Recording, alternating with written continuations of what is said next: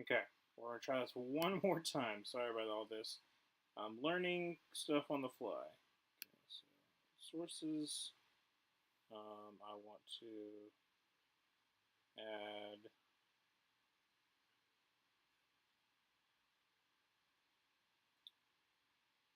me see again.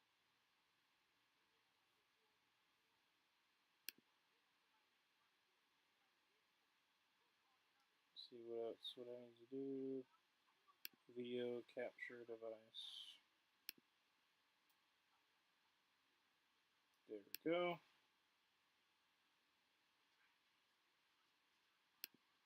Source. So webcam is what's source.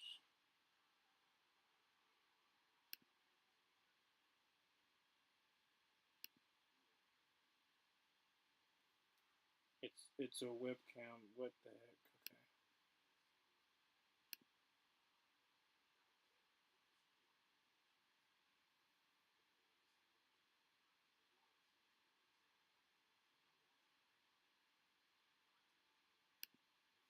Okay, so let's see here. Why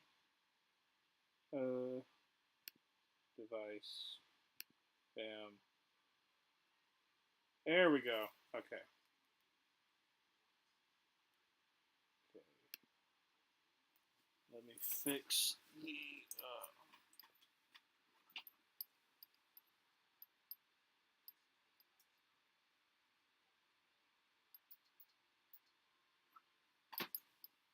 That makes it way too bright. Good lord.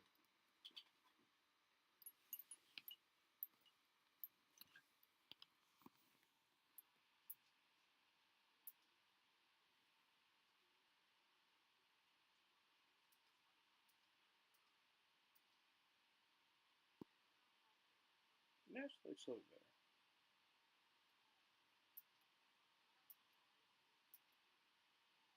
That's better. All right. All right. Finally.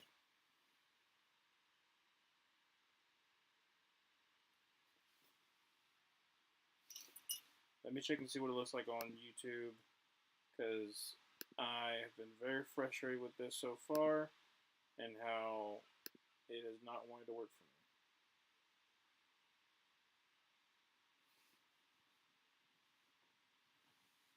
me. Okay. I think we're good. I think we're finally good. Again, sorry for the delay. I'm working with a new webcam, trying to figure that out for Streamlabs, and now I can get back to actually showing off. Third and inches from the 39-yard line. Going to be hand off to Joe Mixon, who's going to sidestep, get the first down, get to 35, all the way to 30, up to the 25-20, up to the 15, up to the 10, down to the 11, actually. First and 10 for the Texans. 8:52 left to go in the first quarter.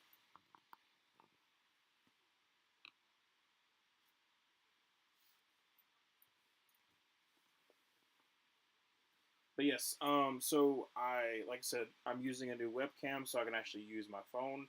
So I'm trying to get used to that, and now I finally got it. But I was just like for a second there, I was just like, what is going on? So now we're back. All right, first down 10 from the 11, under center C.J. Stroud.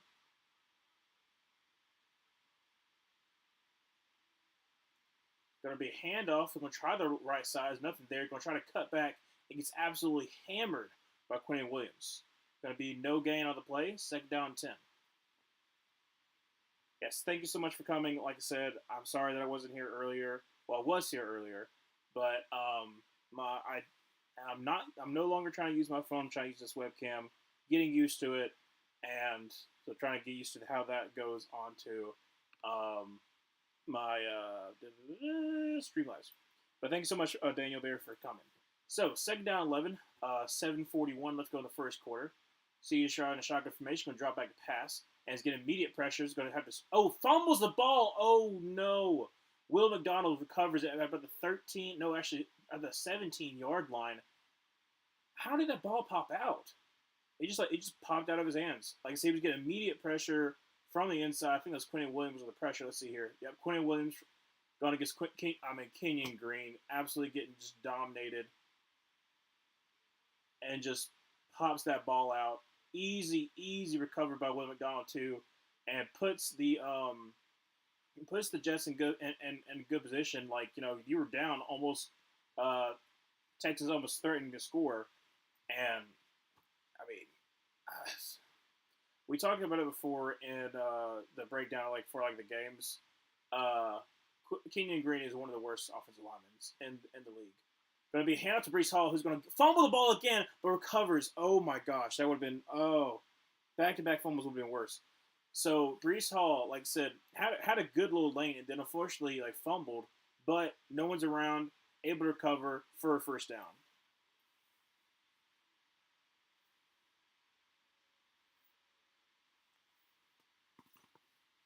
Okay. Also, do you like the chain I got, like, sort for the refs? And unfortunately, Will Anderson Jr. is on the ground. That's not good.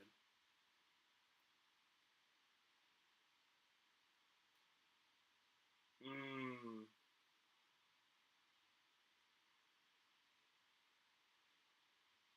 that's not good. He's on his back right now.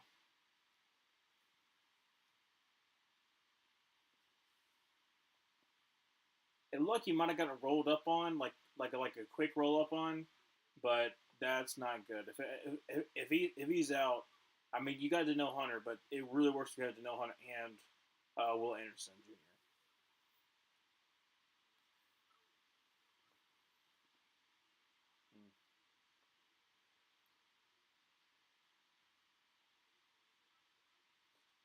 Also, so yes, I haven't got the basement out yet. I've been kind of busy.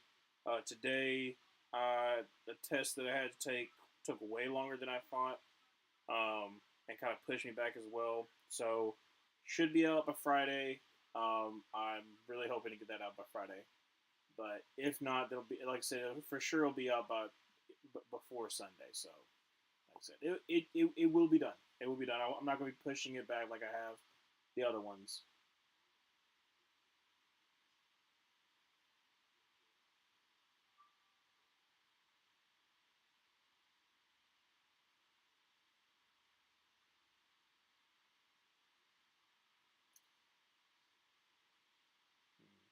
I don't understand, like, a lot of the times, like with new cars, there's always like, watch this movie and here's our car kind of thing. I don't know. Like you see it a lot for like I remember like back in the day there was the Lorax one for like the um for one of the cars, and then you had another one for like a Deadpool movie, but it was like a tongue in cheek way. It was still like, I don't know, it's an interesting um commercial, I guess. I've talked about it before. Some commercials I don't understand. Like I don't understand why Wicked with the car, like what the connection is. But it'll be interesting. It's gonna be an interesting week for sure. Obviously Halloween, Thursday night football, so obviously dressing up. But it's gonna be very interesting as far as like you've got some division games. Obviously, you got bottom of the barrel with the Saints and Panthers. If I could stream it, I would, but unfortunately, they are burying that game, so I can't watch it at all. Um, and Will Anderson is limping off the field. He is getting help to get off the field. That's not good. Like I said, I believe he got rolled up on. They're showing it right now because it was kind of a quick roll up on to see. Yep, right there. Hewitt comes down on his knee. That's what happens. Hand off to Brees Hall, who's going to try the right side and is going to get stonewalled by Daniel Hunter. So it's going to be about second down and about 9. I think he got about 1 yard there. Second down, 9, 6:55 to go in the first quarter.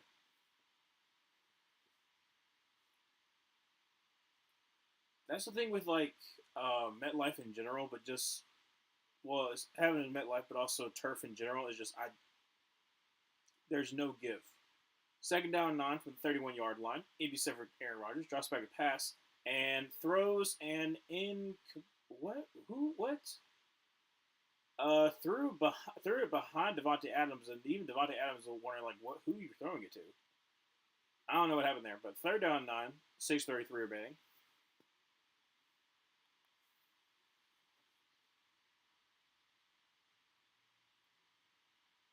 Yeah, I'm like I said, I'm confused at I guess he was expecting Devontae Adams to run out. I don't know what the plan was, but it's gonna be third down and 9. Aaron Rodgers in a shotgun with Brees Hall to his right. Trips to the left. Drops back a pass. Is getting pressure. Throws, and it's going to be, incomplete. Just beyond the outstretched arms of Mike Williams. Going to be another punt for this Jets offense. 6:29 left to go in the first.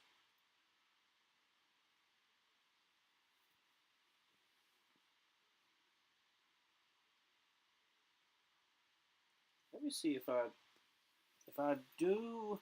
increase the, do I look less blue? I look more white, but that's fine. All right. Morstead punts ball away. Gets it off cleanly. It's going to be returned. Should be returned pretty. Oh, it's going to be returned out of bounds. All the way about the 14-yard line. Great punt by Thomas Morstead, honestly.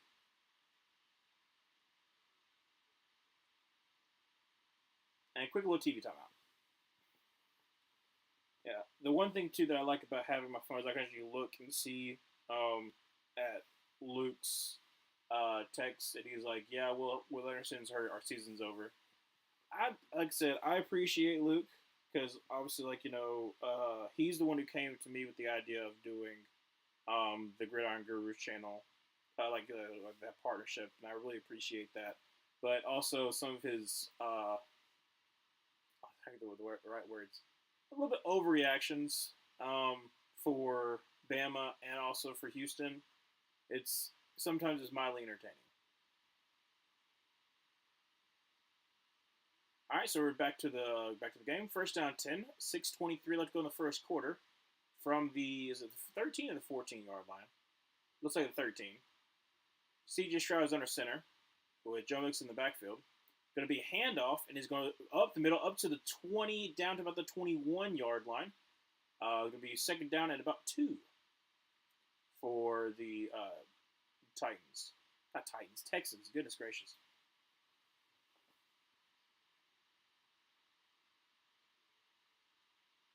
You know what? While I'm doing that, let me go ahead and delete the other one. Because like I said, that one might confuse people. So let's delete you. Yes. Second down and 3. Going to be handoff. Actually, a toss to Mixon, who's going to get to the 25. He gets trips up, but he still is able to rumble forward for about the 36-yard line. First down and 10 for the Texans. There we go. Okay. Like it never happened, but it definitely did happen. Oh, there was a holding by Cade Stover. C.J. Stroud's, was it his roommate? I know for sure he played with him in Ohio State. I couldn't remember if it was a roommate or not. Let's see. Yeah, let's see. Does he cross over? Yep. A little bit act with Oliver, but definitely still going to be called a hold. Once they cross over, you kind of got to let go, and no, he doesn't.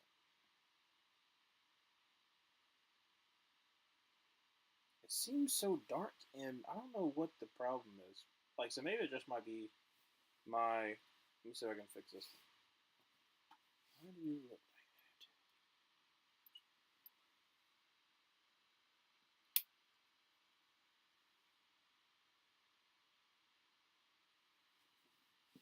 that? I'll just keep it the way it is. All right, second down 11, 5:30 left to go in the first quarter. See a shot in the shotgun formation from the 12-yard line. Drops back a pass and is getting pressure from the middle. Quentin Williams just wraps him up and drags him down. That's a sack about 3 yards there. Make that third down about 15. Quentin Williams, okay. Part of me is wondering why they're putting Kendrick Green alone on Quentin Williams. Like out of everyone to put Quentin Williams on, they're going to put it on Kendrick Green, which is, like I said, great idea. But you're not giving him any kind of help, and he's getting absolutely bull rushed because he sucks. He is trash. Absolute garbage. 3 sacks already, and hasn't even was just past the 10-minute mark of the first quarter. Third down and 15. So he's trying a shotgun formation, drops back a pass. Quick screen to Tank Dell to the 10 to the 15, down about the 17-yard line, unfortunately. So it's going to be fourth down for the Texans. Still 0-0, 4:28. Let's go to first.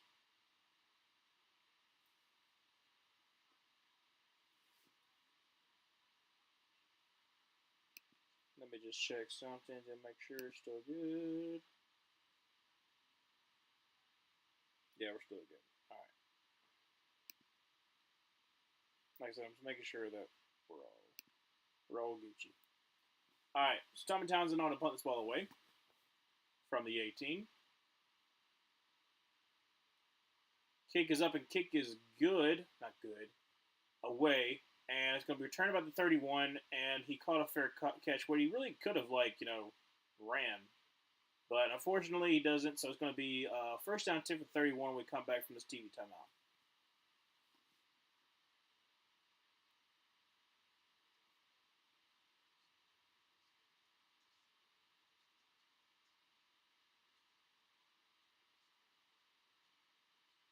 I don't know why, but it just looks weird the way. I don't know if it's like. It can't just be me, but I feel like I look weird.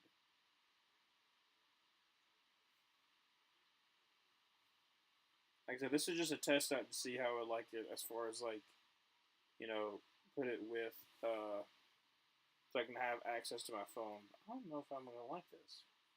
Let me see. Let me try some other stuff out. See how I look.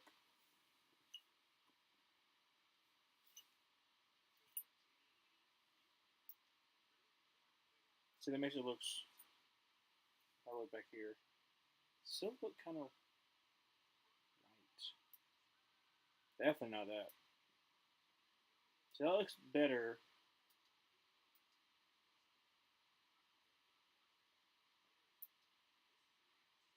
I guess the best we can do. All right, that's fine.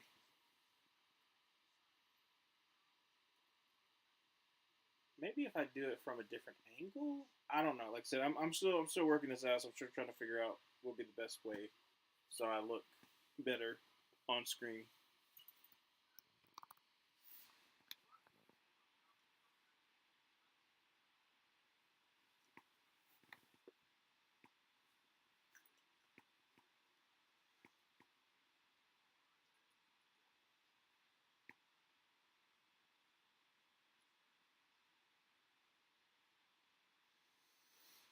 Why is the Raiders Chiefs on Thursday night football? Well, not Thursday night, Black Friday football. That's like to be a good game. They need to flex that out.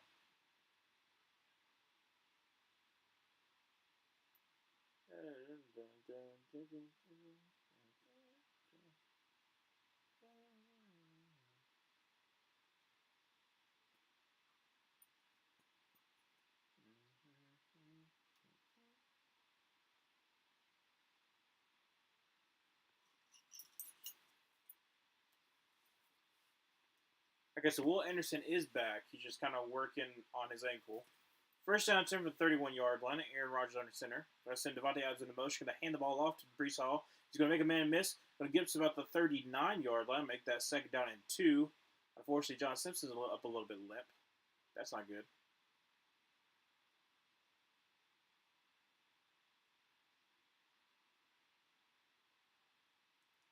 I don't know if I really like the black um, uniforms for the Jets.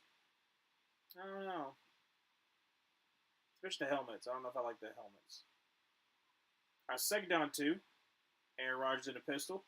Going to be a toss out to Brees Hall, who's got a blocker. He's going to get the first down up to the 45, up to the 50, all the way down to the 45-yard line of the Texans. First down 10 for the Jets.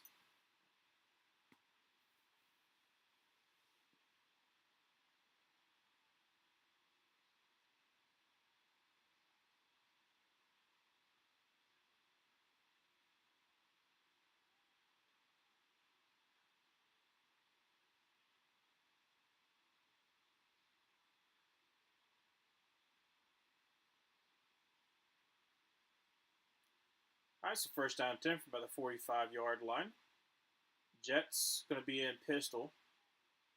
Aaron Rodgers going to drop back to pass and throw a screen to Brees Hall, who's going to lose like 2 or 3 yards. Make it 2.5. Second down and 12. That's well, at least he didn't throw incompletion, but still, 2:18 left to go in the first.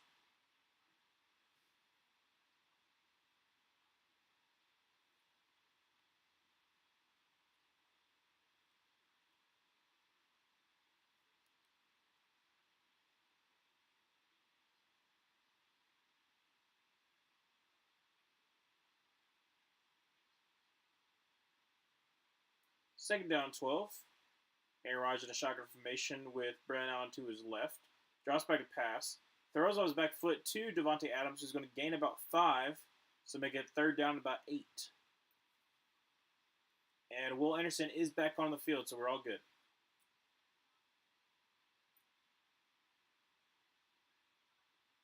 I don't know what it is, but it like the I don't know, the light makes it feel like I'm in a more shadowy place. Third down 7. 1:18 left to go in the first quarter. Brandon out to the right of Aaron Rodgers in the shotgun.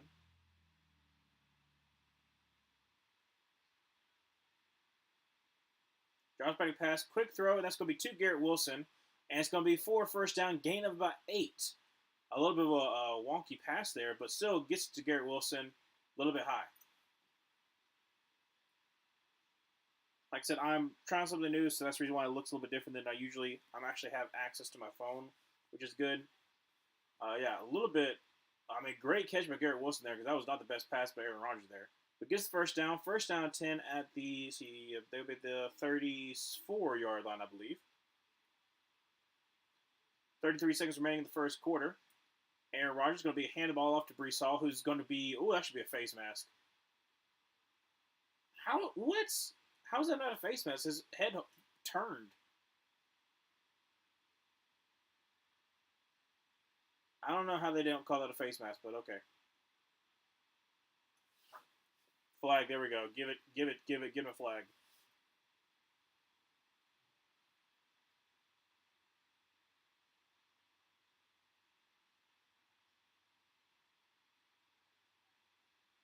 Yeah, it absolutely is a face mask though. I mean, he had his whole head turned. Like, no, it's definitely a face mask.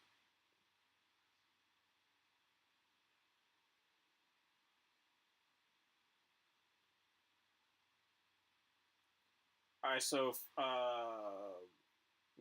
where I'm trying to think where they're going to be at. So we first down and 10, 21 seconds left to go in the first quarter. Still 0-0.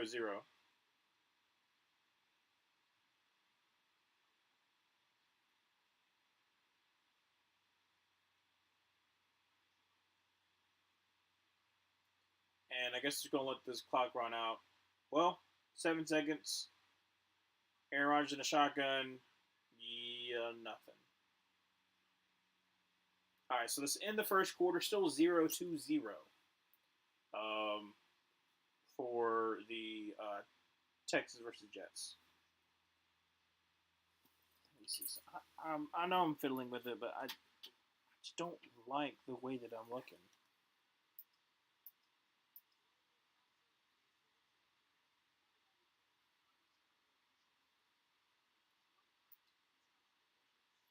I think that's better. Or it's about the same. No, because then I look. I don't.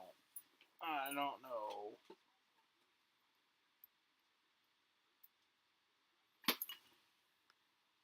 I'll just keep it as this. That'll be fine. It's all good. What in the world is that?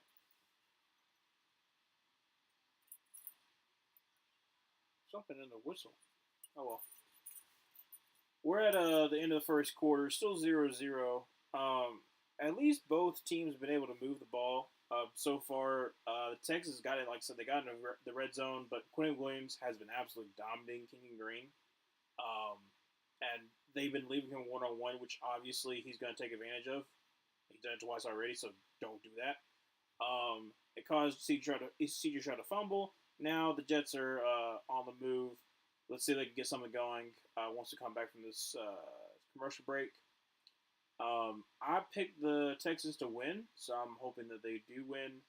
So I think it was me and Drew the only one who picked the Texans to win. Everyone else picked the Jets, so I'm hoping to kind of get I already have a 2 point, I think a 2 point lead, or a no. I have a 2 point lead over everybody else. So I'm still hoping to keep that going.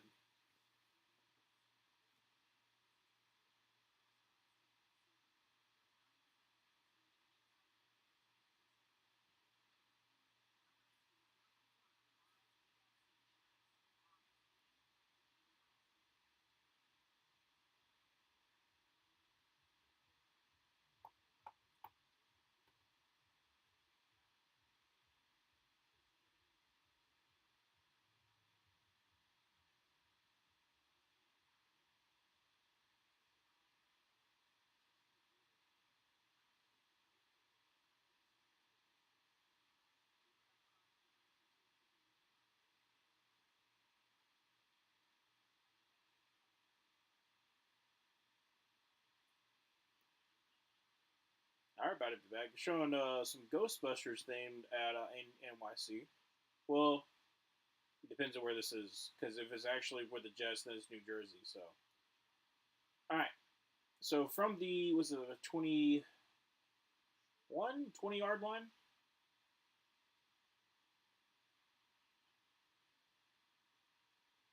From the 19-yard line, Aaron Rodgers in the center with Brees Hall in the backfield.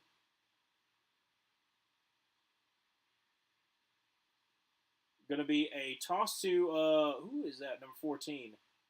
Up to the 10, up to the 5. That's going to be a touchdown. Who is that?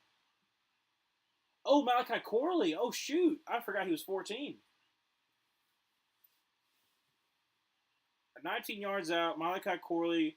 A little bit of a toss out to him. And 6-0. I don't know. I should have done a lot better job on that one. I'm still trying to figure out who it was. Because you have not seen him barely at all like this season.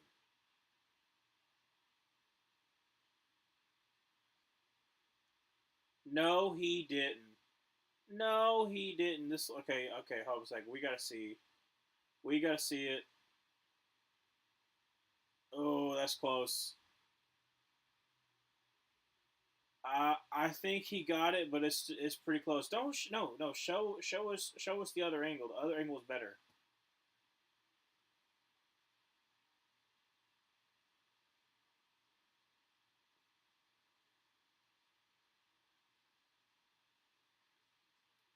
Okay, so let's see here.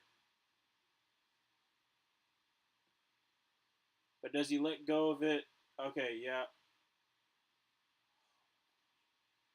No way did he just do that.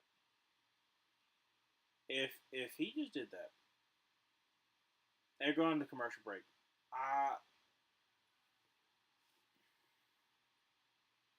And I was just about to praise you there, Malachi Corley, and then you're gonna do something like that. You're gonna pull Kyle Pitts. You better hope they don't have undisputed evidence, because you're gonna get chewed out. I mean, you're gonna get chewed out either way, but you're gonna see it be worse if especially if it's a fumble.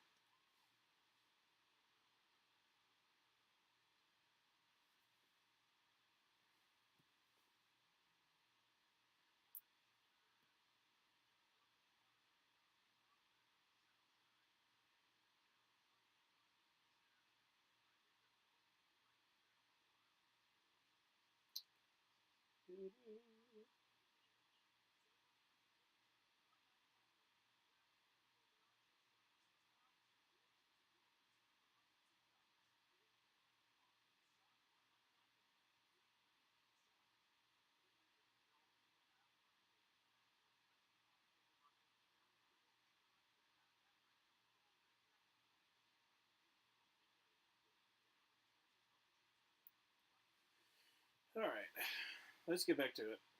It shouldn't take that long. Practicing.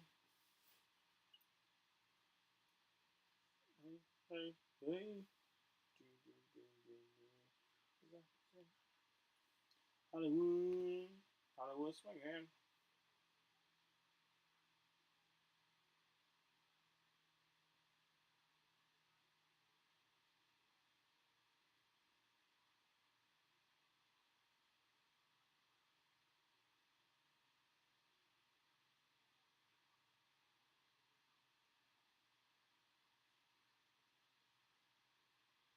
together.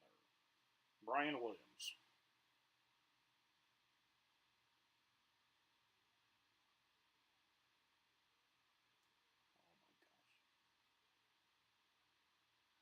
That's gonna be a touchback. It's gonna be a touchback because he's so dumb. Oh my gosh. I mean, nobody even attempted to try to get it.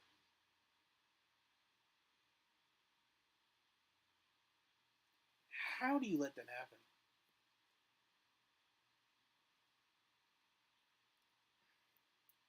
Wow. All right, so first down 10 from the 20-yard line. CJ Stroud going to be hand the ball off to Joe Mixon, who sidesteps a man, is going to only get about 2 yards there. A little bit of pushing and shoving going on.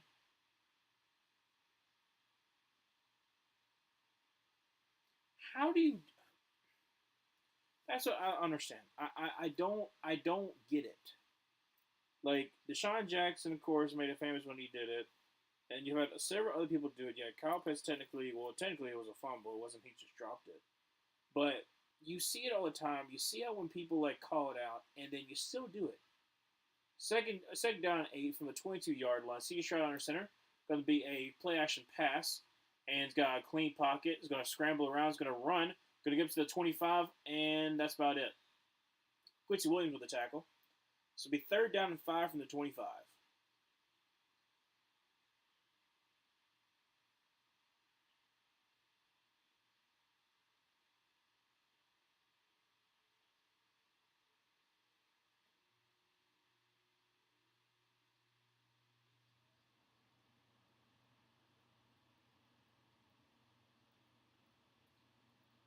All right, so third down and 5 from the 25. 13:36 left to go in the second quarter. CJ Stroud in a shotgun formation with is it Darwin? Yeah, to his right. Draws back a pass and is going to throw. This going to be incomplete. Try to get it to Mechie, but unfortunately is just beyond his reach. Fourth and 5. Gonna punt this ball away. 13:23 left to go in the second quarter. Still 0-0 after. Oh, Kenyon Green's down the ground. That's not good. And going against Quentin Williams, of course. Like I said, they're really singing him out. He's getting bull rushed all the time. Bull rushed, rip move actually, and then I don't know what happened there. Hold on a second. Let's see. I don't really see where like he might have got injured. But John, I mean, Mechie was open. It just unfortunately, Stroud kind of sold just a little bit.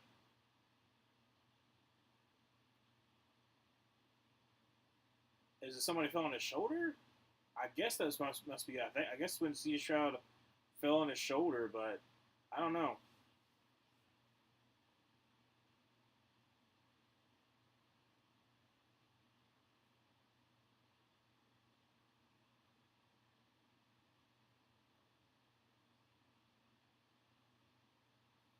Let me try something while we're waiting.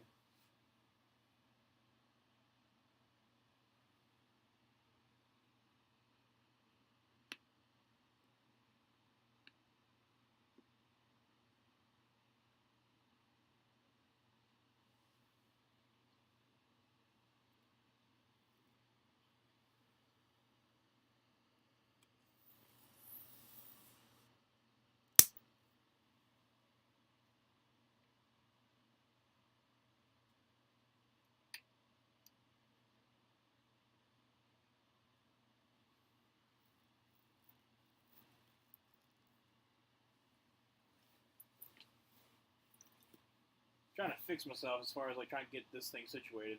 Going to be fair caught up at the 19-yard line. So it's going to be first down 10 for the Jets. Like I said, still 0-0, 13-15 let go in the second quarter.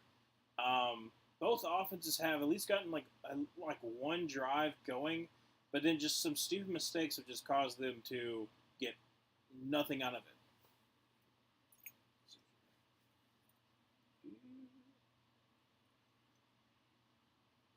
I don't know if I like that.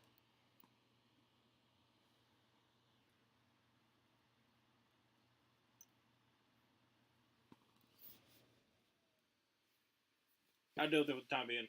All right, so from the 19-yard line, empty set for Aaron Rodgers. Going to drop back to pass and throws, and it's going to be a little bit high, but caught by Devontae Adams. Gain about 4. Second down 6.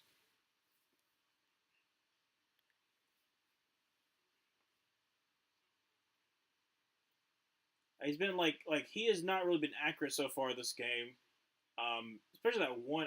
I'm assuming it was a miscommunication that he had trying to throw that out to Devontae Adams, but still just has not really been on it. Even the catch by Garrett Wilson was a wild throw. Second down 7. Aaron Rodgers in the center with Brees Hall in the backfield from the 22-yard line.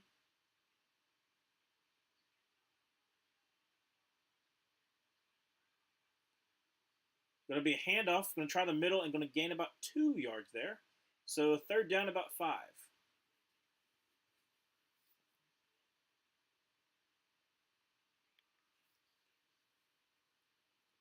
12:15 let go in the second quarter. It's at third down 6, so only about actually a yard there. Shotgun formation for Aaron Rodgers there with Brees Hall to his left.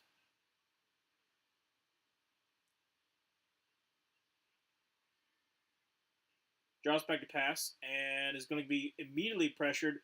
Sidesteps it, throws, and is going to be caught and fumbled by Tyler Conklin. Pick it to the 31-yard line. He went up to the 25 to the 20. 15, 10, 5, and touchdown for the Texans. I think they're calling it an incomplete pass, but they just let it kind of run out. But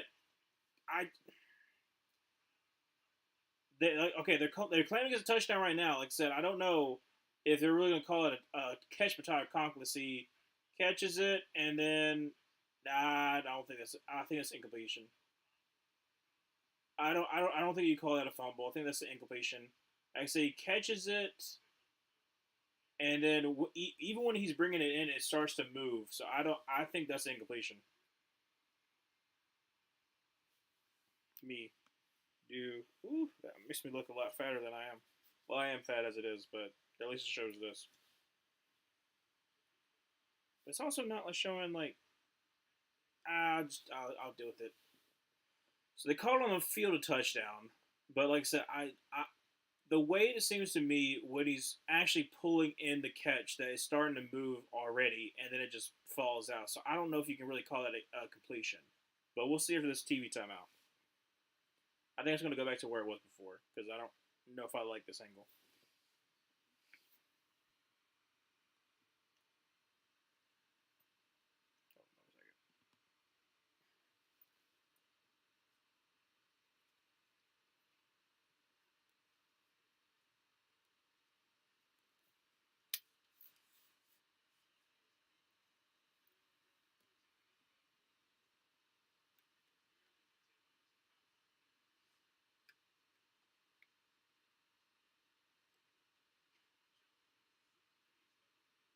Goodness gracious.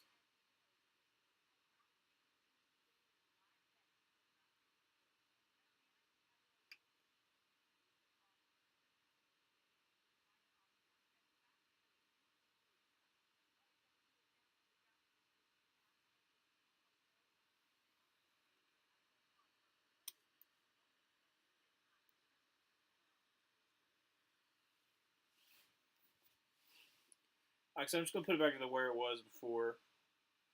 I'm still getting used to it. I'm actually probably going to go back to just using my phone. That's what I usually use is my phone. But I was like, hey, you know what? I'll try using my webcam. Well, the USB webcam that I have, but I don't know if I like it.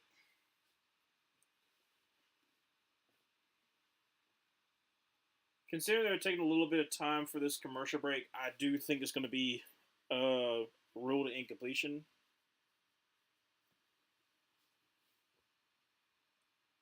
And like I said, honestly, it should.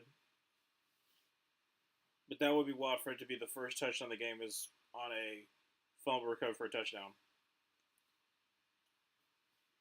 Incomplete, that's what I thought. All right, so it's fourth down and 5. Just had punted away, but it's better than obviously a fumble recovery for a touchdown. Well, fourth and 6.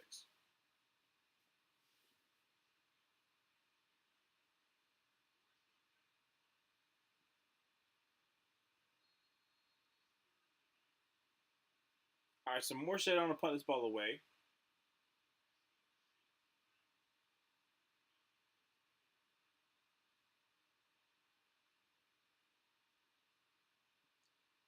And gets it off cleanly, and it's going to be returned at about the. Oh, now she's going to let it go, and a great bounce. It's going to fall down. He's going to recover at about the 2 yard line. Wow. Thomas Morshad is having a great game. I mean, honestly, that's all you can really say about tonight as a punters. But like, he had a great punt that flipped the field all the way to the 14 yard line. And this one, I mean, it was a decision by the punt return to let it go, but falling all the way down to the 2 yard line is incredible.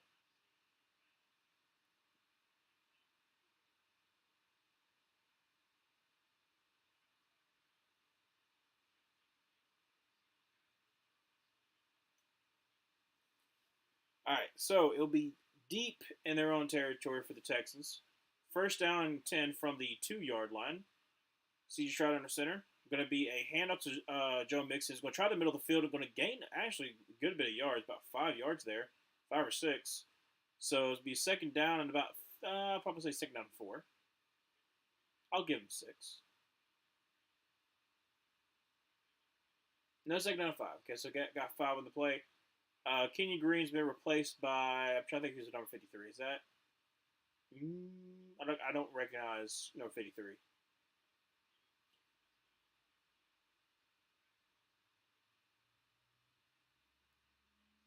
Oh no, it is Kendrick Green. Okay, going to be a handoff to Joe Mixon. He's going to cut back and get the first down out to the 13 yard line. Looks like it. First down 10 for the Titans. For the Texans. Goodness gracious, I've said that twice already today, and I'm like, gotta get better. All right, I need some kind of scoring though. Like I said, this is going to be kind of annoying if it's not. All right, so first down 10, 10:39 left to go in the second quarter. Still 0-0, obviously. CJ Stroud under center with Joe Mixon in the backfield. Going to be hand off Joe Mixon, who's going to power through, going to get about 3. Try to run over Jermaine Sherwood, but unfortunately could not get anything going there. Jets do have really good linebackers. Obviously, they didn't have C.J. Mosley for a good chunk of this, good chunk of the year, but Jamie Sherwood, Auburn man, loved him. He was a really great safety. Converted to linebackers, done really really well in the Jets system. Um, but on the second down 7, 9:55 to go in the second quarter, they're kind of showing Will Anderson kind of trying to make sure that his ankle's okay. From the 16 yard line, C.J. Stroud under center with Joe Mixon in the backfield. Going to send Tank Dell to motion. Then going to hand the ball off to Joe Mixon. He's got some running room. Up's going to get the first down and going to get down to about the 25 yard line. First down, 10 for the Texans. Actually, probably, well, no, if they were at the 16, he got up to the 30 yard line. Sorry about that.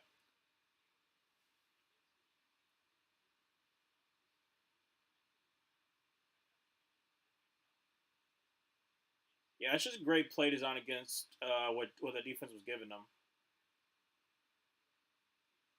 Kind of like the gates open wide. All right, first down 10, 9:07 let go. Will be a PA boot. Going to throw it out to, is that Schultz? Yes, it is. Sidesteps, gets to the 35, all the way down to about the 39 yard line. Depending on the way to mark him down, but great job by Schultz there. Had 2 guys around him, sidestepped him, and was able to pick up another couple yards.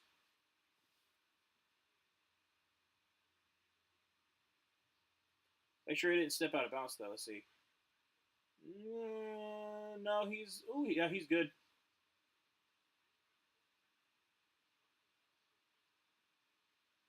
All right, so second down 3, 8:30 left to go in the second quarter.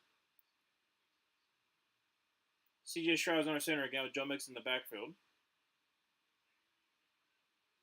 Going to be hand off Joe Mixon. He's going to try the left side. He's going to get the first down up to the 45, all the way up to the 48 yard line, almost at midfield. And there is, unfortunately, a flag. What's the flag on? Holding. I think it is. Yeah, holding on Robert Woods. Let's see here. I mean, you gotta show it if you're gonna call it the penalty. This okay.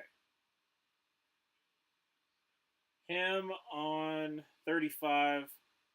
Yepers, that is definitely a hold, buddy. Definitely a hold. I mean, you go up. It's pretty simple. Don't go up like this, or you're basically bear hugging them. Get in there. Goodness. Second down 13 from the 23-yard line. CJ Stroud's in a shotgun formation. Drops back to pass. And he's got a little bit of time. He's going to scramble out to his right. He's getting pressured. Throws on the run. It's going to be... Oh, my gosh, was that caught? He caught that. That is Robert Woods all the way on to the Jets side of the field. I don't know where he was out at, but that's an incredible pass by CJ Stroud there. I'm making sure he got both those feet down. I think they're trying to rush it there. See, Robert Woods... Yes, sir. That's 2 feet. That's 2 feet. And CJ Stroud drops back to pass, and from the 45, scramble out to his right, is going to pick up what he can, and get out about the 41, 42-yard line, so pick up about 3 or 4 there. Second down and manageable. 7:27 remaining in the second quarter. Like I said, that right toe drag, easy in for Robert Woods.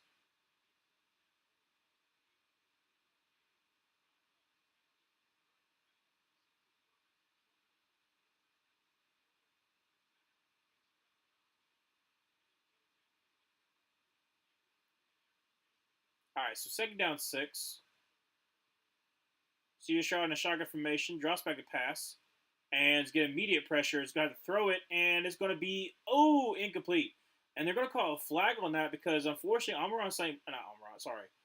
Sauce Gardner was on the ground and accidentally tripped up Dalton Schultz. I don't know if you would you call it tripping because it's not really pass interference. If you just okay, so they're calling holding on number 1. Okay, let's see here because I didn't see that initially. They just kind of threw it like almost when he tripped over him. So let's see what happened here. All right, on John Mechie. Yeah, yeah, kinda.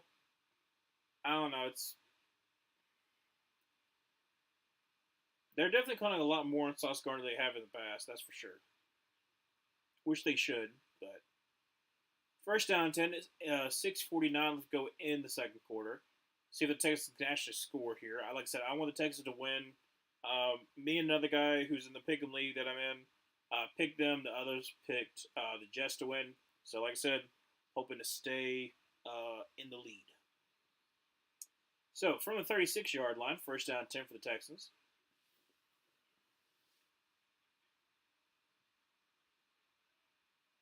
CJ Stroud under center. Going to send Tank Dell in motion over to the left. Going to be a handoff to Joe Mixon. He's going to cut back. He's got plenty of room up to the 30, up to the 25, down about the 25-yard line. First down and 10 for the Texans.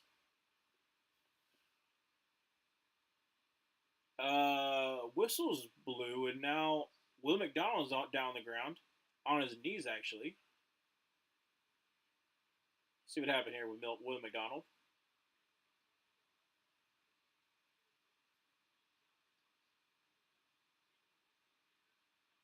Well, I'm kind of confused at what happened. Why is he hurt? Because, like he said, he did a good job of avoiding the low block by Kate Stovard. Well, actually, no, it was Dalton Schultz. I think it was one on the block. Oh no, it was Kate Stovard. He missed the block, so I'm wondering why he hurt himself. But it's like his lower back. That's not good. Joe Mixon's having a pretty good first half, 12 for 86. But something's up with. I feel like something's wrong with his lower back.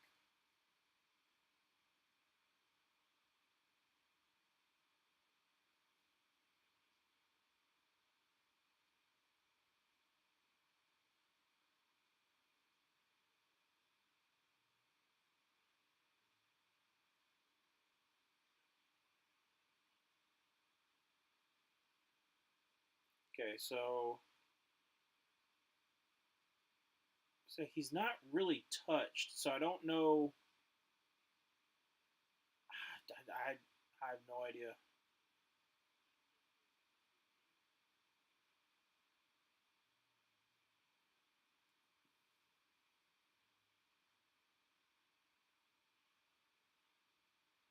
Well, at least he's up, but something definitely not right.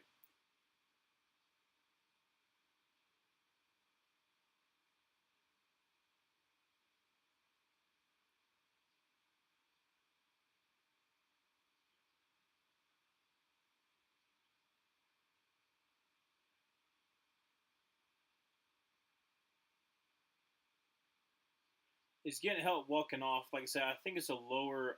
I don't know if it's. I don't think it's a lower leg. It's just like a lower back kind of injury. But first down 10, 6:41 left to go in the second quarter.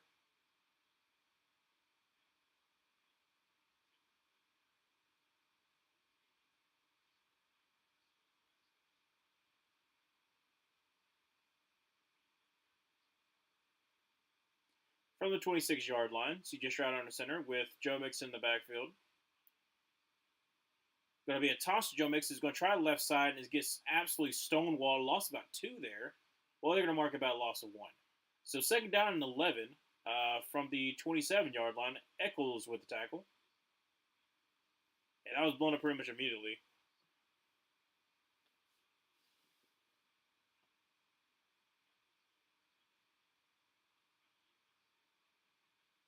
Okay, so I don't know if Robert Woods didn't have the right guy, but he pretty much ended up blocking number 87's, the tight end. So I don't know what the heck happened there.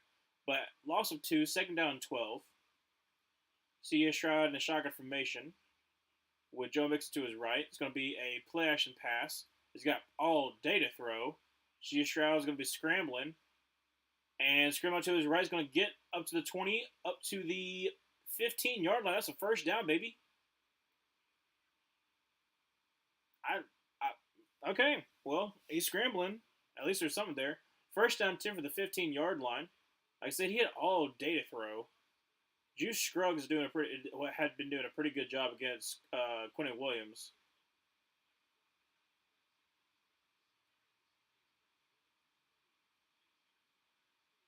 All right. So first down 10, 5:04. Let's go in the in the second quarter from the 15. CJ Stroud on our center, going to send Cade Stover into motion.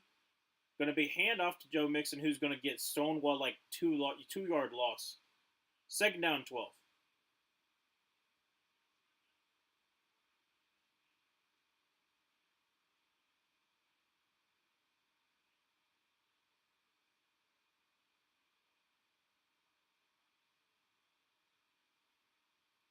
Yeah, Houston, like I said, they have like 152 yards. Just, they haven't been able to do anything with it.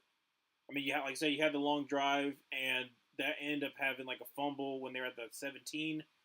So you got to get something going here. I mean, it's 0-0, anybody's game. 4:17 left to go in the second quarter. Second down and 12. So he's trying to end a shotgun formation with Joe Mixon to his left. Drops back to pass, and he's getting pressure. He's going to sidestep. He's going to try to scramble out to the left and just throw it away. Well, that's pretty good. Like I said, third and 12, 4:05 left to go in the second quarter. I think that's Kinlaw with the pressure.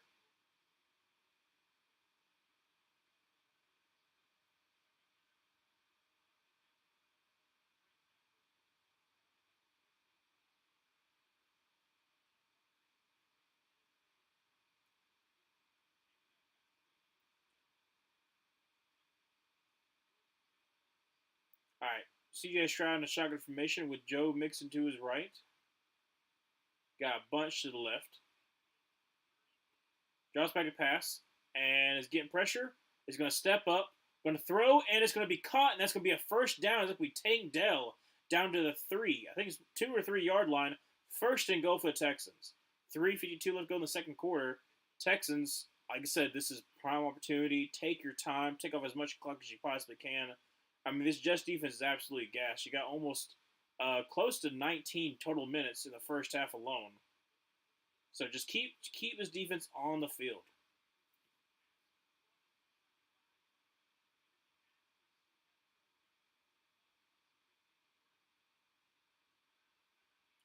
All right, going to be hand off to Joe Mixon, who's going to sidestep and is going to be cruising into the end zone. Touchdown, Jets. 3:21 left to go in the second quarter. 6-0. for the Texans. Now it could have been 7-6, but unfortunately Malachi Corley did drop the ball before he crossed the plane, and there was that touchback. Now remember, this is a 98-yard drive, so I don't know how much clock is taken up, but this was due to the fact that Thomas Morstead had an amazing punt, but Texans absolutely amazing drive. They're showing the paper bags on people's heads. That's depressing. I mean, as a Panthers fan, I get it.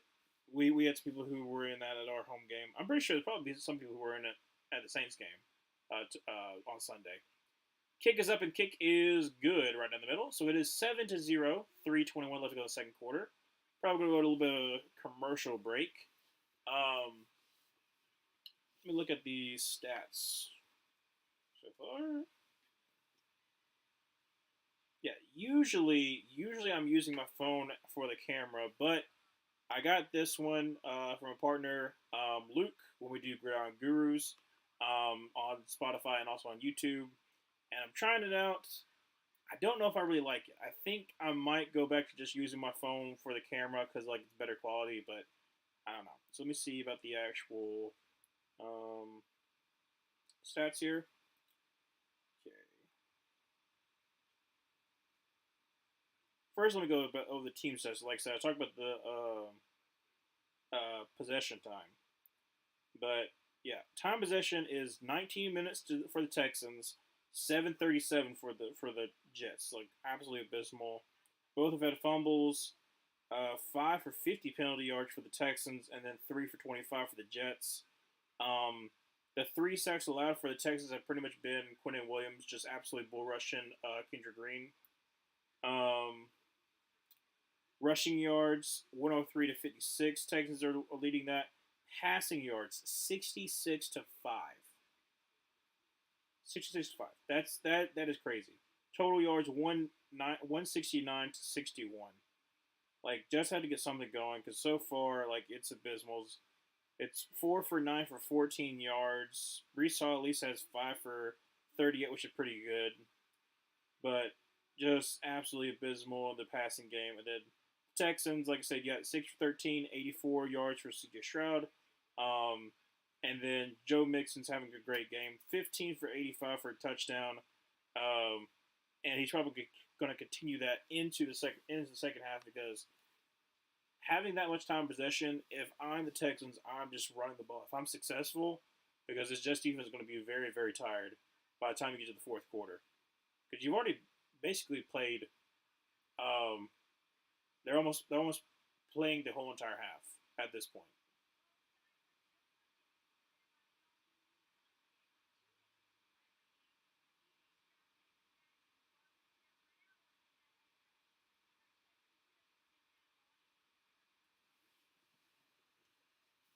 All right. About to move this ball away. And let's see here.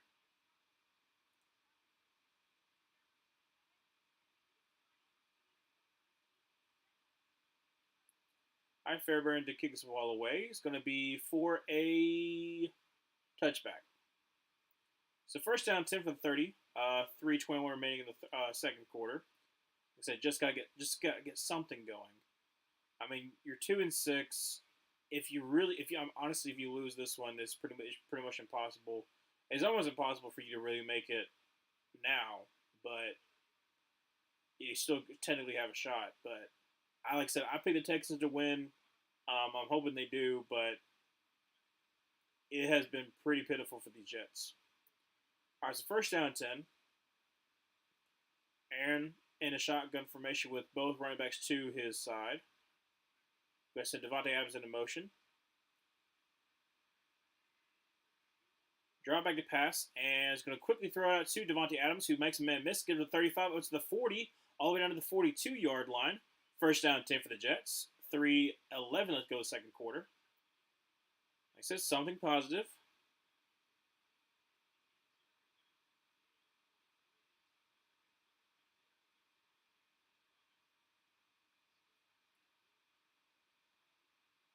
All right, first down 10 for the 42. Aaron Rodgers under center. Going to be a hand up to Brees Hall, who's going to get absolutely nothing. I think he even loses a yard. Second down and 11.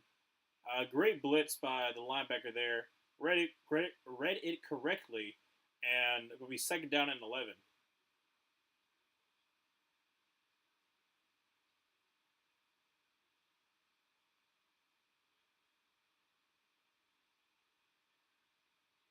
All right, 2:22 left to go in the second quarter. Aaron Rodgers in the shotgun formation with Brees Hall to his left. Going to be a quick throw to Garrett Wilson, who's going to sidestep and get nothing really. Maybe gets back to the original line of scrimmage, but be third down and 10. And we're coming up on the 2-minute warning.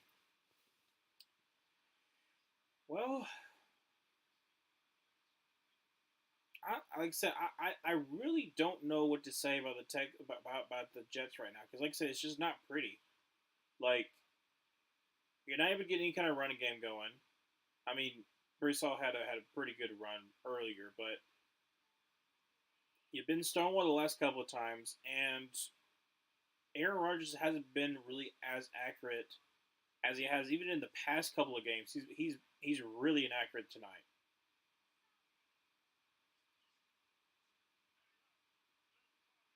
Also, it's kind of weird seeing Aiden Hutchinson in a commercial now that he's almost done for the year. It's not a bad commercial, but it's upsetting when he unfortunately can't play. Because there was somebody else that had that too. That had a commercial, but he got injured at the beginning of the year. But I can't think of it off the top of my head right now.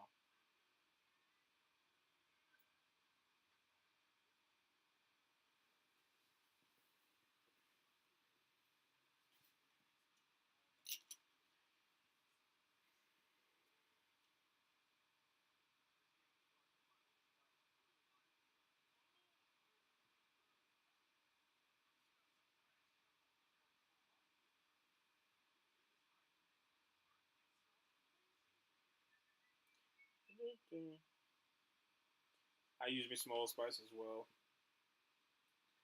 It's kind of interesting too. I don't know why I think about Old Spice, but like with the commercial, like my dad is very old, and he was like back in his day, Old Spice was like just like the old person thing, but then now it's like a lot of younger people are wearing Old Spice instead of wearing Axe, they'll wear like Old Spice, and it's kind of gotten this like image of like, oh no, it's cool to wear Old Spice, and he's like that's not how it was back in my day. He was like, if you were Old Spice, you were an old person.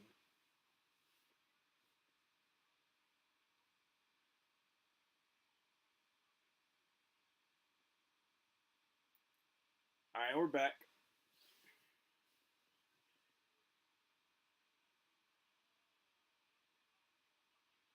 Is that candy corn? Yes, candy corn. I'm like I'm like iffy on candy corn. I understand why some people like it, but I'm not the biggest fan, but I'll eat it if I have to. All right, so third down and 10 from the 42-yard line. Aaron Rodgers in the shotgun formation with Brees Hall to his left.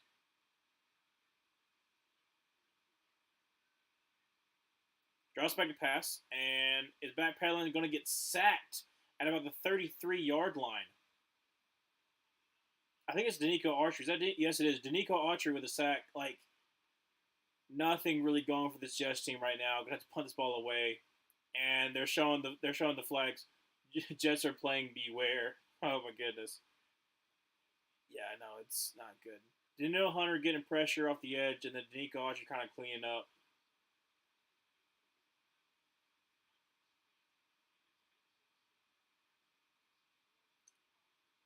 Kind of hit him in the head. Goodness. Danico Archer kind of got away with one. He kind of hit the offensive line in the head. But then again, granted, the offensive line did lower his head, so you kind of put yourself in a situation there, bud. Fourth and 19, 155 remaining. Texans call a timeout, so they have two timeouts remaining. Is that just? Mm. Thomas Moore said you're going to have to do another great punt. So far, he's had a pretty good night. So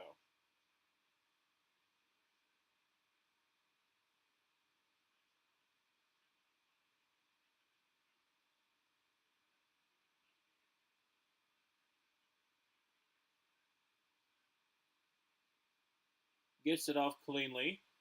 Well, almost gets blocked. Going to be a little bit of a short punt return. Actually, a fair caught by the 29-yard line by Sims.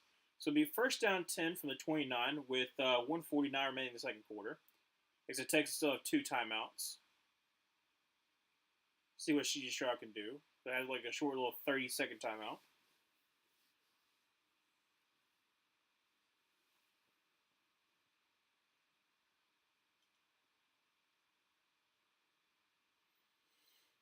Hmm.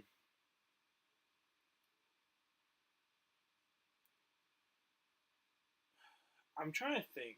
So obviously, I already said like the Jets have not been able to do anything at all on offense. I think partial of it is Aaron Rodgers not being as good as he has in the past. Obviously, there's a decline. I think also it's just like the play calling might not be the best. But Blake Fisher's in there for Larry Tunsil. Going to be handed to Joe Mixon, who's going to run over somebody. Who did he run over? He ran over Oliver for about a 2-yard gain, so second down and 8. But Blake Fisher's actually in there at left tackle. The rookie from Notre Dame. Yes, Notre Dame.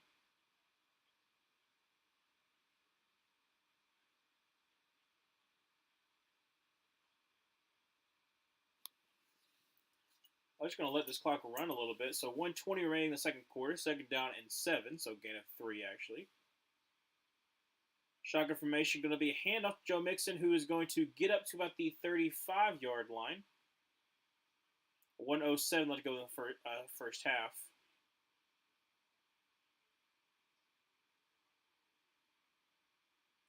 Okay, I'm confused. Why did you call a timeout if you're just going to run the ball and run the clock out? So 52 seconds remaining. CJ Stroud drops back to pass. Quick throw to Tank Dell's going to the 40 up to the 45-50. 45-30. Oh my gosh, all the way down to about the 30. I don't know why I said the 30, but all the way down to about the 36-yard line. Tank Dell in great field position with 43 seconds remaining. You have 2 timeouts. You got Fairbairn, who's got a heck of a leg. I mean, that's a great drag for Tank Dell. Unfortunately, if they're man on man, that's very hard for that corner to follow him. I think I saw Joe Mixon with a great block as well. Yeah, gets out about the 34-yard line, I believe. First down 10, 43 seconds remaining. CJ Stroud in a shotgun formation.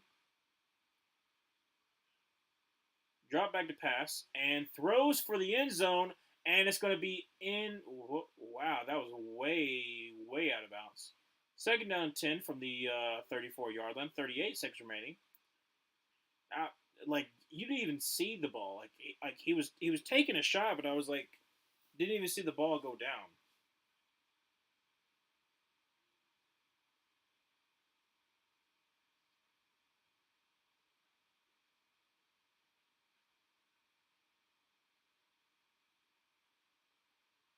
All right, second down 10. CJ Stroud in a shotgun formation. Drops back to pass and is going to scramble. Going to throw, and it's going to be incomplete. Still good incompletion. 33 seconds remaining. Third down and 10 for the Texans. Try to dump it out to the running back, but unfortunately was a little bit behind him.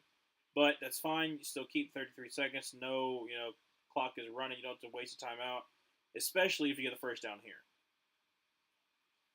Like I said, you're still in good field position for uh, Conley Fairbairn. So you can still go up by 2 scores, regardless of what happens. Well, as long as you don't take a sack. Third down 10, CJ Stroud in a shotgun formation with the running back. I think it's Daway to his right. Drops back to pass, getting pressure up the middle, and is going to get sacked at the 39-yard line. Exactly what I said couldn't really happen. And CJ Stroud's on the ground. That's not good. That is not good. What is it? What is it? I don't think it's. I hope it's not anything bad. But he's laying on his stomach right now. Solomon Thomas with the tackle, or with the sack. A little bit of twist action.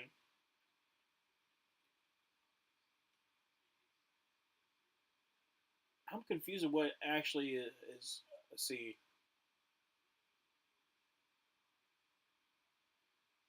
Ooh, I'm hoping it's not when Quinn Williams landed on him.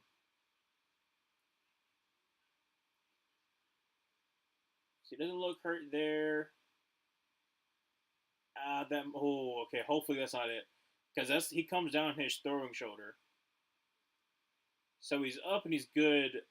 It's just kind of like limping a little bit. So I think it must have been like a lower body injury. But it's going to be 27 seconds remaining. They call a timeout. 4th and 14 from the 38-yard line. So like I said, still in field goal position for Kami Fairbairn, but a little bit of a scary possible injury there.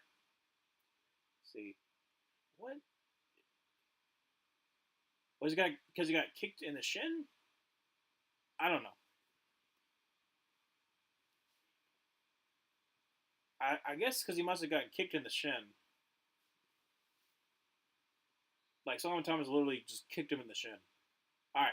So for a let's see, how long is this one? From the 38, so about 55 or 56, 56-yard field goal for Kami Fairbairn. Snap, hold, kick is up, and kick is going to be way wide. Well, not as wide as I thought it was going to be, but still wide right. So 22 seconds remain. Jets have all 3 timeouts. So you're still in good enough field position. Now, is your field goal kicker actually able to, kick anything in here? I don't know if that's going to happen. But at least you're still down by 1 score. You're being physically dominated, but something could happen.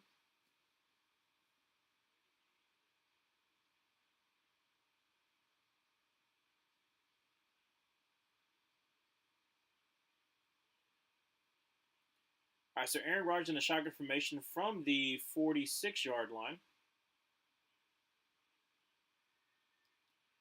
Drops back to pass and quickly throws it out to Davante Adams, who's going to get out of bounds at about the 49-yard line of the Texans. Gain of about, what was it? Get about 5? Yeah, second down 5. 19 seconds remaining.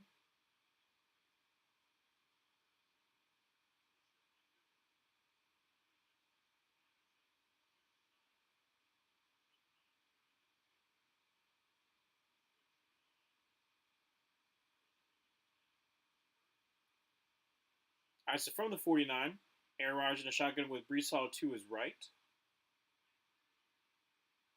Draws back to pass and is going to throw for Davante Adams, who's going to catch it. Oh, great job by Singletary at the very last second, knocking that ball away. Pretty good throw by Aaron Rodgers, but unfortunately cannot come down with it. 15 seconds remaining and third down and 5. Like I said, it's a great throw. It almost was a great catch, but Devin Singletary comes in and knocks it away.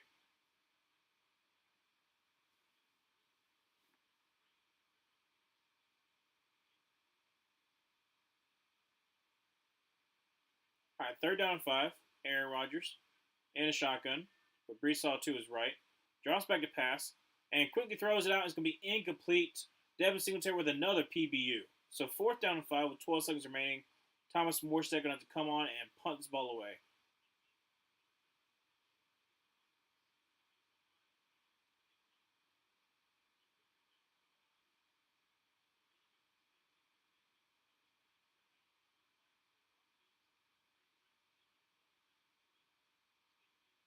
Yeah, great job by Stingley.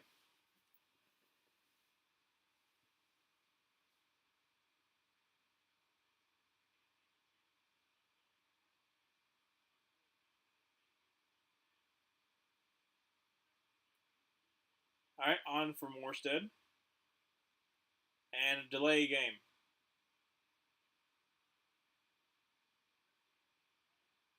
Which, I mean, is fine. I mean, you back yourself up a little bit so you have more room to punt. But,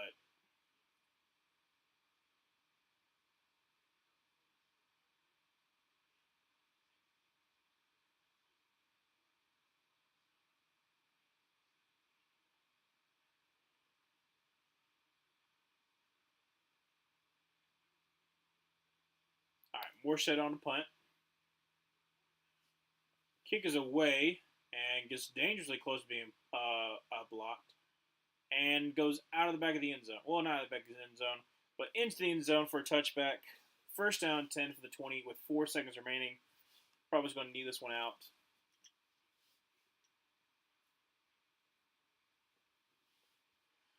Well, so far, been kind of a boring Halloween game.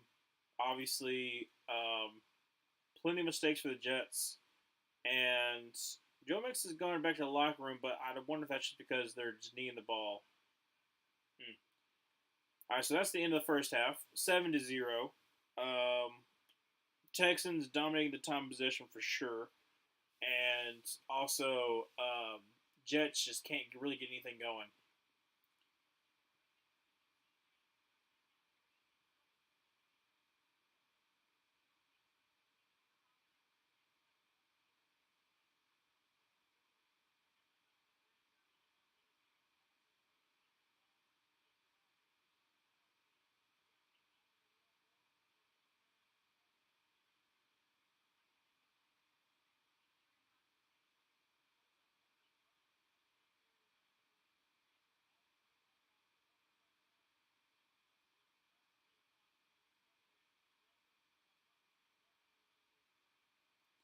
Yeah, as I like what D'Amico Ryan said. Like obviously, like having Devin Singletary on Devontae Adams has really frustrated Devontae Adams.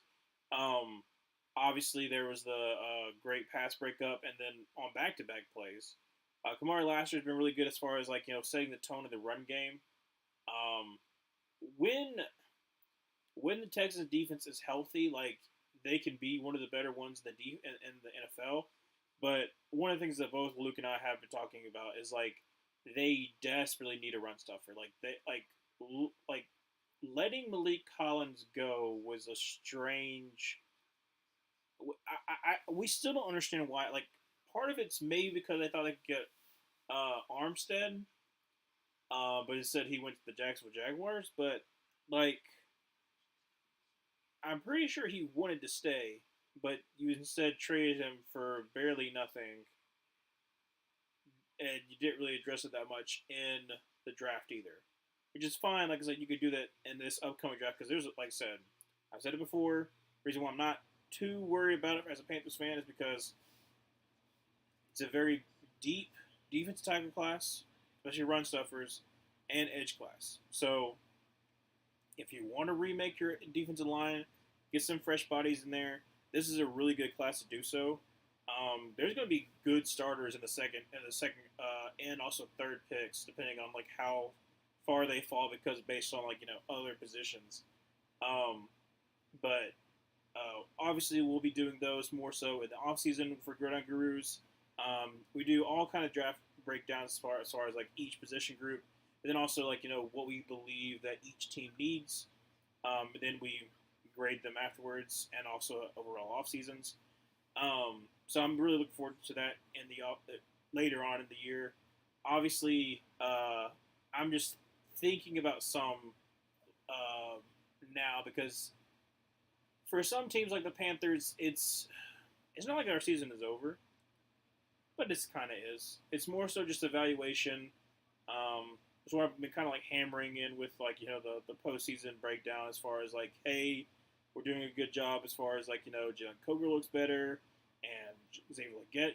Obviously he had some pretty good routes, but unfortunately like lost the ball in the sun a couple times. So it's not all doom and gloom, and I'm never going to be that. I'm never going to be. I'm not going to say the particular Panther content creator, but there are certain people who are very very negative, and they try to thrive off of negativity, and that's just not me. That's not going to be me. Never will be me. Now I might be upset about my team every now and then, but you should be. Um, I don't think we're going to go for a quarterback in the draft, especially because we just had ourselves put in the situation. So I feel like if anything, we'll get a veteran option, kind of like we do with where we had Andy Dalton, have him starting. I feel like we could potentially go that route again for like kind of like a bridge quarterback until we take another rookie quarterback, or maybe if the bridge quarterback actually does well for us. But I don't believe that we're gonna waste. A, I don't even want to really say waste, but I don't believe we're going to make a pick at quarterback when we have so many other holes, and that can be surely addressed. Blood raid, sending love. Blood raid. Oh hey, what's up? There are many singles of us in this raid. Be scared. Blood raid. Okay, cool. Dressing up Halloween as a Chiefs ref. It's a feel pretty good. You're kind of just talking about the Texans. Not Texans. Talking about the Panthers. Because this game, it's like I said, it's like I'm happy I picked the Texans now because they're the only competent really team right now. But thank you. Happy Halloween. Thank you for loving the fit. Uh, what was I saying? I am not all doom and gloom for the Panthers because I can see somewhat of a path back to relevance, but we have to hit in the draft, and so far I think we've done a pretty good job. Um, yeah, no, I got the idea for the costume. I'm trying to think what it was. I was supposed so I usually have a weekly NFL basement like series, and I was gonna introduce it in this past week's, but I didn't, and I've been kind of pushed. I've kind of pushed back getting the video out because I've had school. I've had a test today that took way longer than I thought I was going to, um, and so it's kind of pushed back when I can film and try to those kind of things. But yeah, also, a great costume. The 54th player for the Chiefs, absolutely. Um, and it wasn't really that expensive. I mean, this was the most expensive thing, which I did not know was going to be made of this, but I still like it. And then obviously the armbands, but um, especially I was talking about the Panthers, but also in this game, like CJ Stroud's been doing a pretty good job. Especially trying to with the fact that Kendrick Green was just getting absolutely blown up by Quentin Williams because they were putting on one, which I don't know why they were doing that, but now he's out of the game. Um, Jets can't get anything really on offense at all, and like it's pretty much just going to be if the Titans can go up by two scores, I don't even think the Jets have a chance because like their defense is absolutely gassed. So if you go into the fourth quarter, they're up by two scores, and they can just be able to run the ball. I like it's that bad for the Jets that they have not shown anything on offense. And I still showing up dressing up like Fitzmagic. Well, Fitzpatrick, we miss it. Fitzmagic. Um, yeah, I talked about it earlier, but I think the only way for the Jets to really move on is they have to they have to make a splash as a head coach because obviously it's not Robert Sala's fault now that you're looking at it. Like you haven't gotten better. In fact, you gotten kind of worse, especially on defense. Um, which, like I said, I got it at the time of like well we need something new to change whatever, but it just hasn't been better. So it looks even dumber now. But you got to get a new you got to get somebody that's really going to change you change the team, and also like your offense has just been pathetic. It's been absolutely abhorrent. Obviously, some of that comes to play calling, but some of it comes to the fact that Aaron Rodgers has not been the guy. He hasn't been. And how do you supplement that? Well, some of it comes down to play calling. Some of it comes down to really focusing on what Aaron Rodgers can still do now. And if you want him to be the guy that's going to win you games, I don't think he can't do it anymore. But like, I don't know, just it's something totally different. Something. Not really something. It's just old age. Honestly, just old age from him.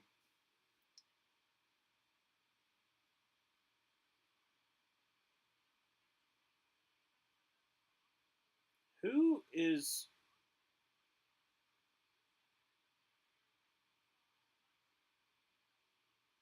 somebody? Is what in the world? Okay, so somebody was in a Teenage Mutant Ninja Turtles costume. I don't know what that was for. Um, I guess going talking about more about the Panthers. Uh, like I said, I'm gonna be streaming the Germany game next weekend. That's upcoming weekend. I would be streaming the Saints Panthers game, but unfortunately, it is not in my area, and they are burying that deep. Like it's not even on Paramount Plus. It's just like no, you're not gonna be watching that at all. Which I don't blame. I don't blame them. But if we're able to secure the number one overall pick, because right now we're pretty much assured of top five pick, probably top three pick. Depends on what happens the next 2 weeks. I don't know if there's gonna be anybody who really wants to trade up for Cam Ward or whoever they may want. Like obviously the Raiders, I feel like they'll. I feel pretty confident they'll try to go for a rookie quarterback because they just need a quarterback in general. Um, Giants might stay put. They might feel like they can get their guy if they really want to move on from Daniel Jones. Who really knows? They're just gonna if they're gonna wait till next year. But I feel pretty confident the Raiders are. But I don't know who else is really going to try to go after a quarterback. So are there people who are just going to be I can just wait? Like if the Raiders are number four, like I feel like pretty confident they feel like they could just wait and they don't have to trade up because no one's going to trade up ahead of them. But I guess I don't. It'll be interesting to see how the rest of the season plays out. Who has uh, who has what pick? But I really don't want to have the first overall pick again because then it's gonna be like, oh look, the Patriots had the first overall pick the last 3 years, and like they'll talk about that for years and years to come. I mean, they're already gonna talk about the Bryce Young trade for years and years to come. It really just helps that Deshaun Watson was even worse of a trade. That even though we still have to answer for the decision we made, it's not the technically the worst trade ever because like the Deshaun Watson trade is absolutely worse than the Bryce Young trade because not only all the negative press that came with it, but also all the cap that came with it is, and the picks are kind of similar. I mean, obviously DJ Moore was bundled in there too, but the picks are kind of similar as well. So you can't really go off of that. And technically, both teams rebuilt themselves from the trade. Like the Texans were able to rebuild because of the Deshaun Watson trade, and the Bears were able to rebuild themselves after the Bryce Young trade. So, yeah, I'm still working. Oh wow, my voice cracked there. I'm still working on the Panthers video. I'm trying to decide. I'm probably going to release it uh, in 2025. I might not wait until like the end of the year. I'll probably wait until a new year, so it's kind of like that new year, new me kind of thing. Um, because I want to wait until there's more information as far as like what we decide to do or where we're close to. Like hopefully by week 17, I will know who's going to be the first overall pick because like we've got the Buccaneers and then we got the Falcons, our last two games, and both of them will be fighting for the division. The Falcons already have uh, the sweep of the Buccaneers, but if it comes down to Week 18 and they have to beat us, then like they're not going to hold back. So, trying to think what else. Yeah, I already said I'm looking at Nick Scorton right now. Is it Scourton and Scorton? I think it's Scorton. Texas A&M, he's amazing.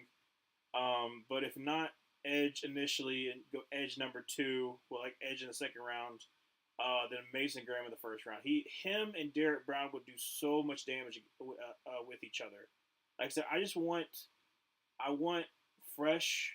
I don't know why I said fresh. That kind of feels weird. I just want new stars on the defensive line that I can feel comfortable that are going to actually set the edge because that's something that Brian Burns didn't do, but also give me some kind of pass rush because like it can't just be when Derek Brown comes back that he's only the pass rusher that we have because Jadeveon Clowney is still good, but he's going to be gone after next year. It's going to be a touchback, so it'll be first down 10 from the 30 for the Jets.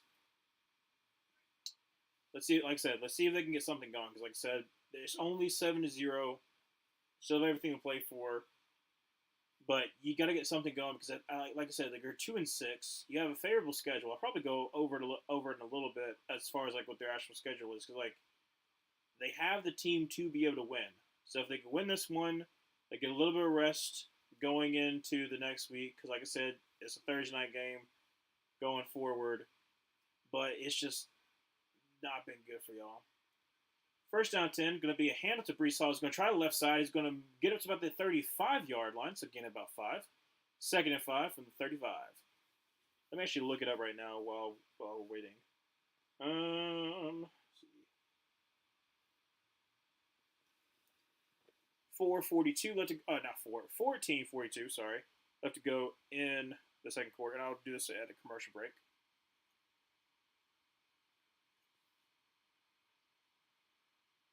Aaron Rodgers in a shotgun formation with Brees Hall to his right, Bunch to the right as well. Aaron's going to send Garrett Wilson in motion, drops back to pass, throws it to, not throws it, sorry, hands the ball off to Brees Hall, who's going to be about a yard short for the first down, so it's going to be third down and 1.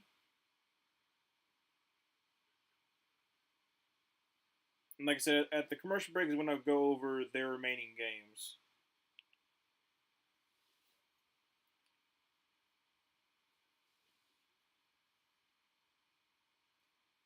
Aaron Rodgers in a shotgun with Braylon Allen to his left. Going to send Mike Williams in motion and back out.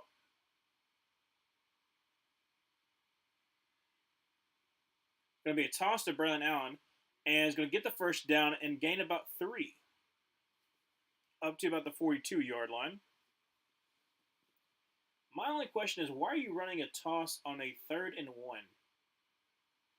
It was successful, but usually it isn't.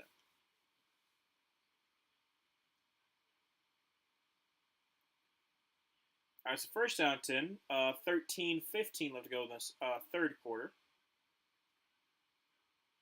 Braylon Allen to the right of Aaron Rodgers in the shotgun. Going to be a hand to Braylon Allen, who's going to try the middle of the field, gets to the 45, up to about the 47, maybe the 48, depends on where they spot him. Up 48, so it'll be second down and, let's see, they're about 5 yards there, second down about 5.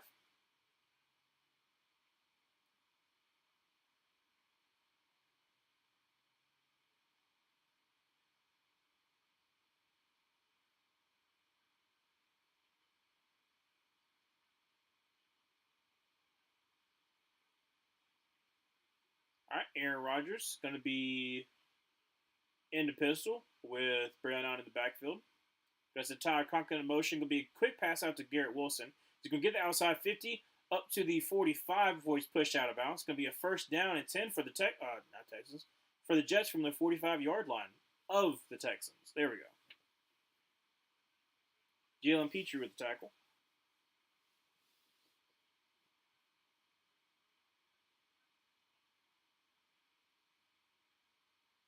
Devontae Adams is lucky he didn't get called for a hold there, though.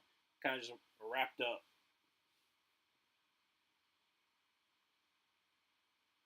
All right, so first down 10. Aaron Rodgers and empty set. Drops back to pass and is going to step up. Is going to throw as he. Oh, hold a second. Second down 10. Hewitt kind of came in low, though.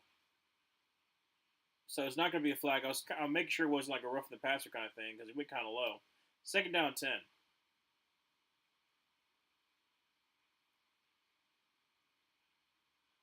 Okay, he almost if he had totally swung, it would have been a hip drop tackle. So luckily he kind of stopped himself. That could have been really bad.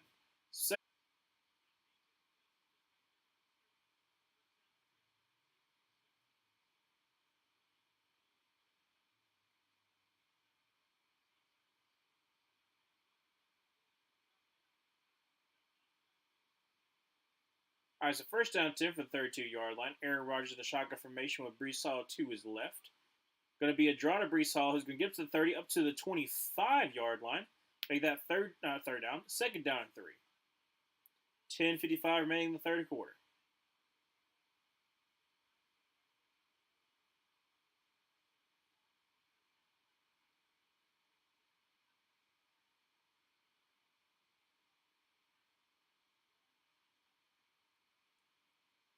All right. So Aaron Rodgers in the shotgun formation with Brees Hall to his left from the 25-yard line. Second down, 3. Drops back to pass and throws. It's going to be caught. It's going to be to Mike Williams up to the 19-yard line for a first down. Gain of about 6 there.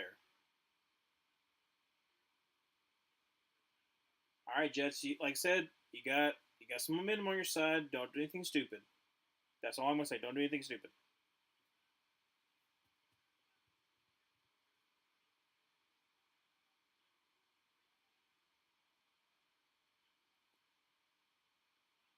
All right, Aaron Rodgers on the center with Brees Hall in the backfield.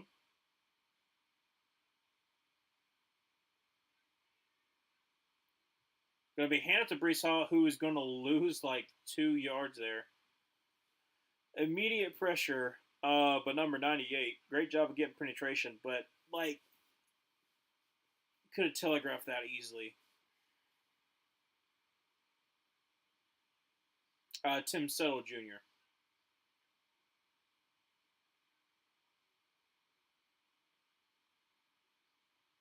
Yeah, he's able to get under Mitchell. Is that? I think it's Max Mitchell, number 61. I might be wrong, but we second down 12 from the 22-yard line.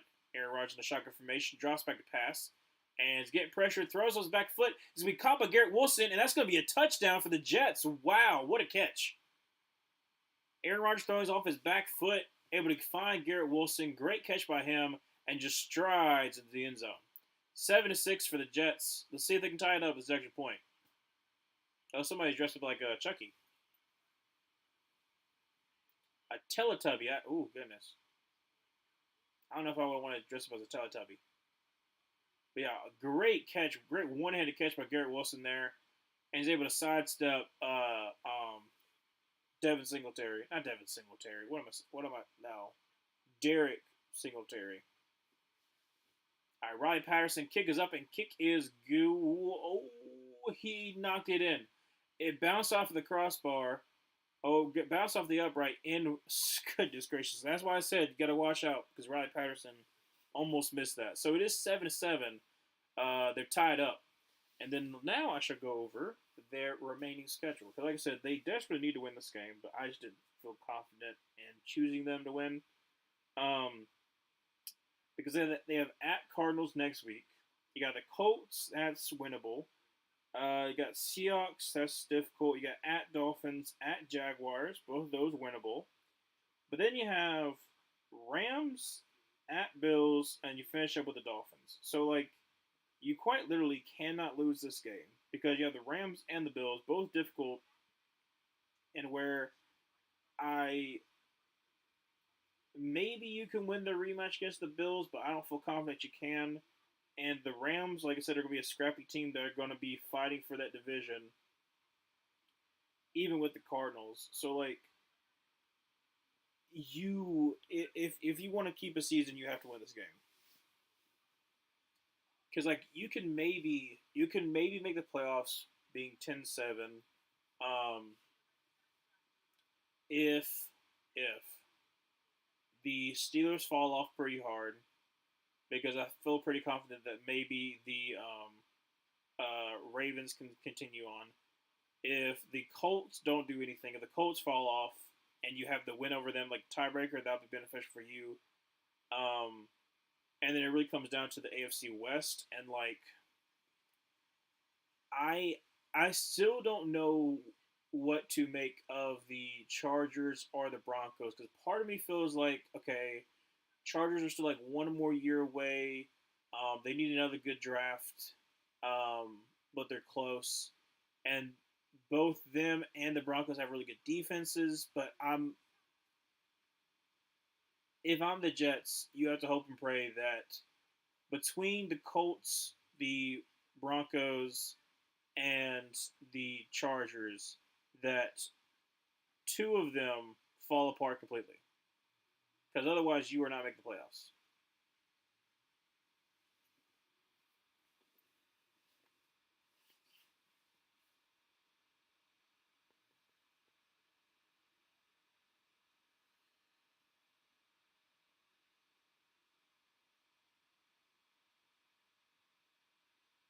They're really going after the darkness right now.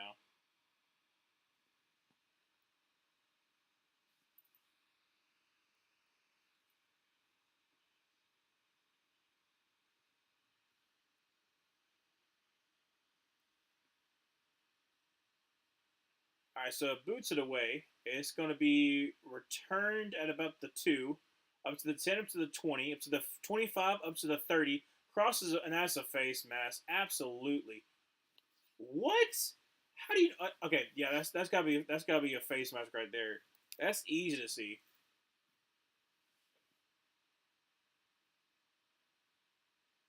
Yeah.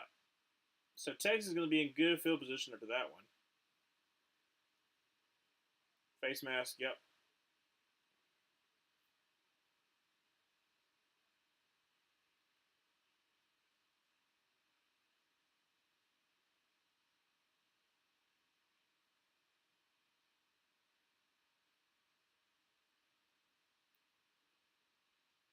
Dang, it's already 9:16. I didn't even realize that.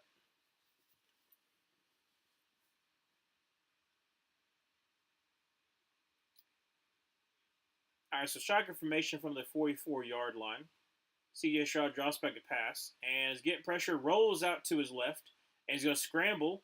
Going to get about 2 yards there after being chased down by Quentin Williams. So it'd be second down 8, second down 7.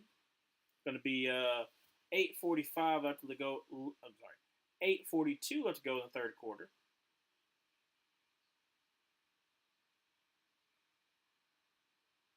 Okay, they give him 3 yards. Second down 7.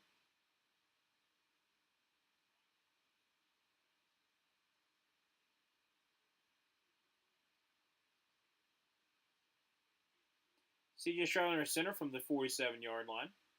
With Joe Mixon in the backfield, going to send Tank Dell into motion. Going to be hand of Joe Mixon. He's going to cross over and going to be about a yard short from the first down. So it'll be third down and 1.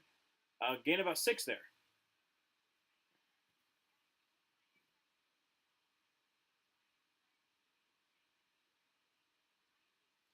CJ Stroud going to be a PA boot, and CJ Stroud's going to be able to run for the first down up to the 40-yard line. First down 10 from the 40.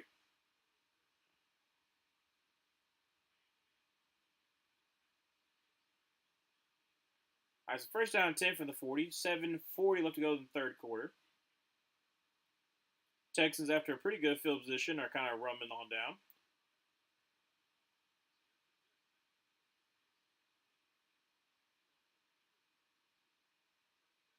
Pretty easy pickup by CJ Stroud. First down 10. Looks like a shotgun formation with Joe Mixon to his right. Going to be handed to Joe Mixon. He's going to try the middle field. No, actually, no, it's 26. That's, who's that? I forget who's number 26.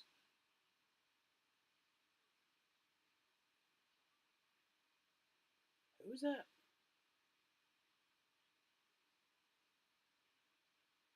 Oh, Taylor. That's right. So gain of probably about 6 there.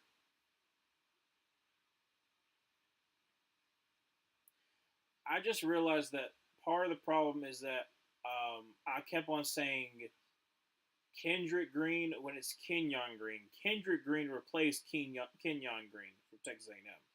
Second down and 1, going to be handoff to Taylor, who's going to get the first down and going to get up to about the, who was that, the 24-yard line? I think so. And Joe Mixon comes back in.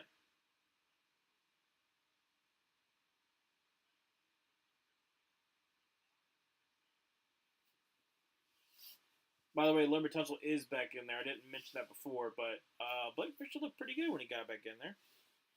Well, when he was replacing him.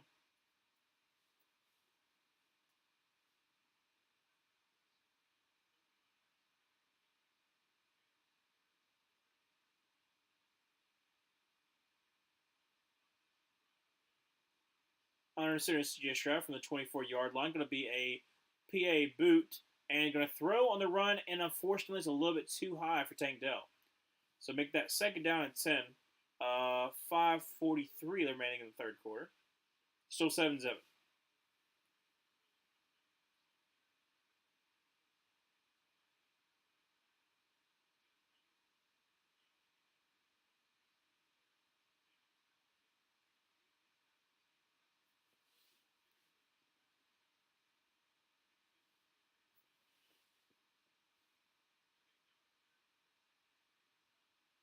right, second down 10. Under center is C.J. Stroud.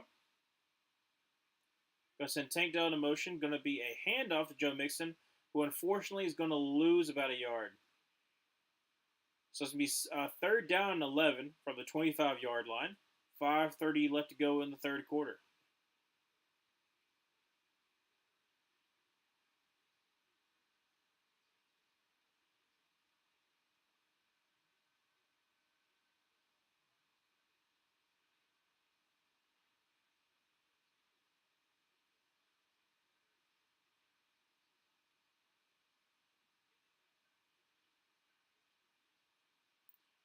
All right, shotgun formation for C.J. Stroud from the 25-yard line.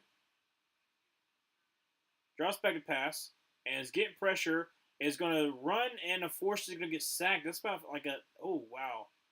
That's going to be a by the 30. No, it's closer to like a 35-yard line. He was sacked way back there. Will McDonald with the pressure. I mean, great bend by Will McDonald. Jamie Sherwood might get credit for it, but because he kind of did clean up there. But it's gonna be a long field goal for Conway Fairbairn. I 54-yard for this one. Kick is up and kick is looks like he's good. Snuck it right in there. So it's be 10-7 with 4:11 left to go in the third quarter. Texans with the lead.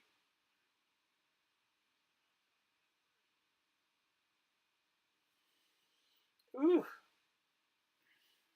this game has been getting to me mainly because it's been rough. Well, I talked about the Jets remaining schedule. I think it's only fair if I talk about the Houston Texans remaining schedule. Let's see here. Obviously 6-2. The Jets was 2-6, so you know. If we will help me, there we go. So Lions are next week. That's going to be rough. Cowboys, Titans, Jaguars. So you could go a 3-game sweep there. Dolphins at Chiefs. That's going to be important. Ravens. That's the Netflix game, and then at Titans. So quite literally, let's say you do end up winning this game.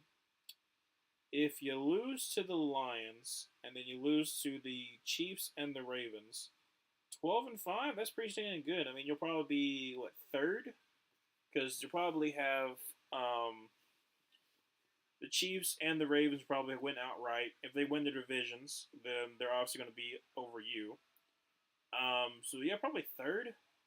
Well, it also depends on the Bills too, because I feel pretty confident the Bills are probably going to be either the first or the second seed. Mainly because like the Bills are in such a good situation that the rest of their division just sucks. Like they quite literally can get the division lead. Well, they could probably secure the division by like mid December. Like it's not going to be close because they already have. It's already they're 6-2. Everyone else is either 2-6 or 2-5. Like the Dolphins are 2-5. I don't feel confident with the Dolphins that they can actually get anything going. The Jets are the Jets right now, and the Patriots are just like, yeah, you know what, we'll do whatever we feel like we're going to do.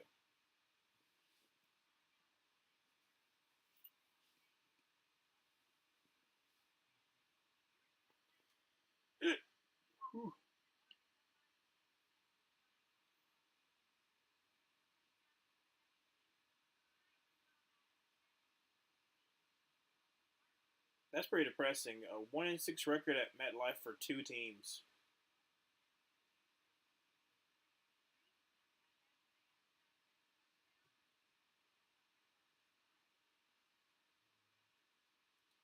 All right, so Fairbairn on to kick this one away.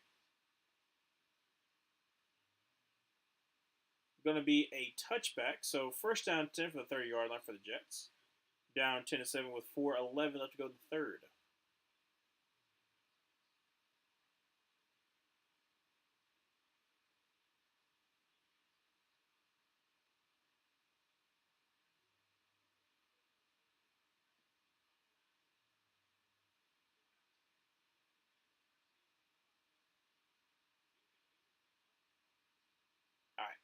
First down 10 from the 30. Aaron Rodgers in center with Brees Hall in the backfield. Oof, yeah, oof is right. In pistol, should be a flag right there for a hold, but they're not going to call it. And unfortunately, cannot hold on to the ball as that's Garrett Wilson. Going to be incomplete. So second down 10 from the 30-yard line for the Jets.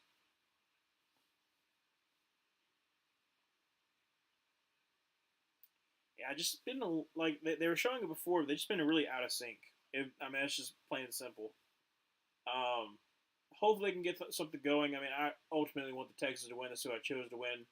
But it's been a very, very boring game. They're kind of showing all the Jets fan right now. Just kind of depressed. Shotgun formation with Brees Hall to the left. Drops back to pass. And going to be a screen to Brees Hall, who's going to make him a miss. Up to the 35, up to the 40. All the way down to about the... He's still up to the 50. And actually the 49-yard line. So first down 10 for the Jets. Great job by Brees Hall there, but not refusing to go down. Get all the way down to the 49-yard line. Still of the Jets, but almost at midfield.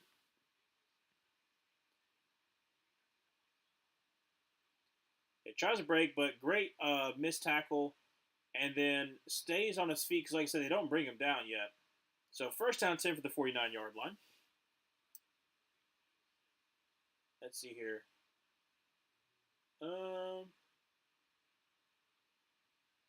Was his elbow down? Oh yeah, no. Okay, his elbow was down. Okay, so he's down. So it's still a great run, but it's gonna be at the 44, I believe, instead of the 49. First down 10. Going to be a toss out of Brees Hall's on the right. It's got some blockers. Gets to the 45 and down to about the 47. So it's going to be second down and about 6, I would say.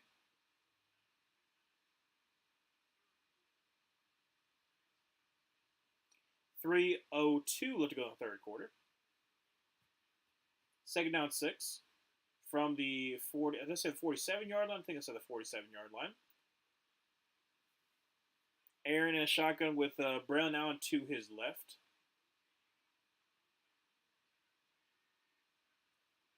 Going to be handed to Braylon Allen, who's going to try the middle of the field, get up to about midfield. So it's going to be third down about 3.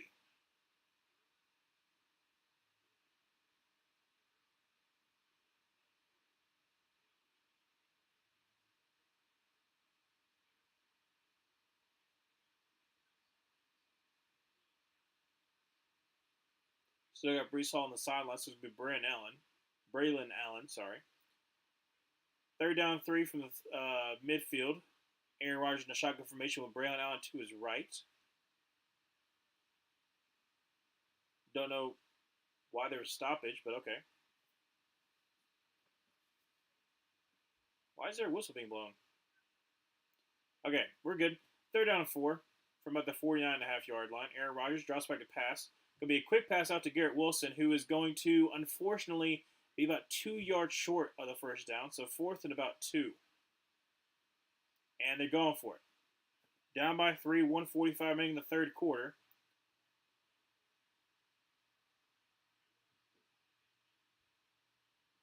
Aaron Rodgers in the shotgun formation with Braylon Allen to his left.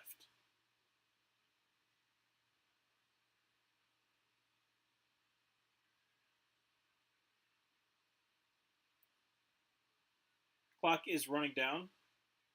Actually going to call a play now. Braylon Allen to his right now. Drops back to pass and throws. And it's going to be caught 35 up to about the 31-yard line. That's going to be Devontae. Oh, wow. Devontae Adams is down on the ground. That's not good. That is not good. He got upended about the 31. Ooh. It's a great catch, but goodness. He got Laster really good. Laster kind of fell down on the play. Oh, yeah, I just shook him out of his boots. And then gets upended and just like lands right on his shoulder. That might be it. Oh, yeah. Right on like the back of his shoulder. Going to TV timeout. Can't have that. Like I said, Devontae Adams has actually, like I said, he's been doing well. When he's matched against not Devin, I keep saying Devin Singletary. Derek Singletary. Derek Singletary's been doing a pretty good job.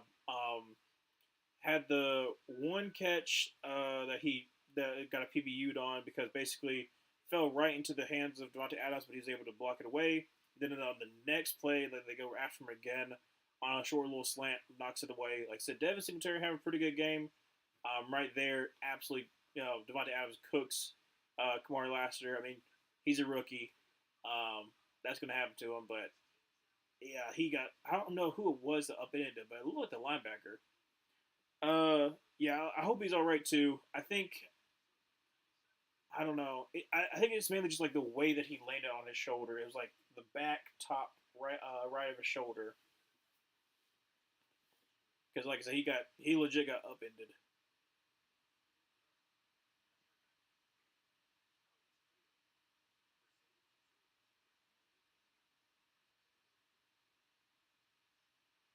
Yeah, so we're at commercial break, but when we come back, I think it was at the 31-yard line. So they're in good field position. I hope Devontae Adams is good. And finally, the Jets are actually getting something going. They're down by 3. You got about like I think about like a minute left in the third. So if I'm them, probably try to take it to the fourth. Um, might as well. But because you also need your defense some kind of rest. Because like in the first half, the Jets defense was on the field for 20 minutes, which is ridiculous. Um, and hopefully, you try to steal this game. I was talking about it earlier. The Jets have it's not necessarily easy schedule, but it's a manageable schedule. Devontae Adams is up, so it looks to be okay. He's going to the blue tent, but it's nothing like too squeamish right now. So we'll know in a couple minutes.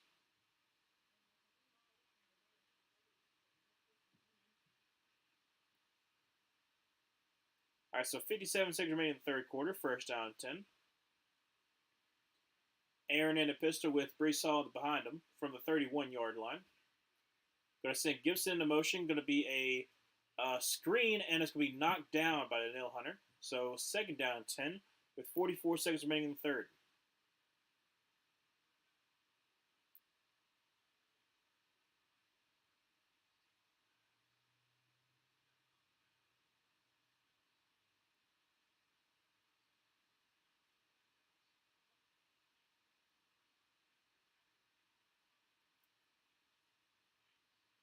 All right, so second down and 10, 44 seconds remaining in the third. Aaron Rodgers in a shotgun formation with Brees Hall to his right.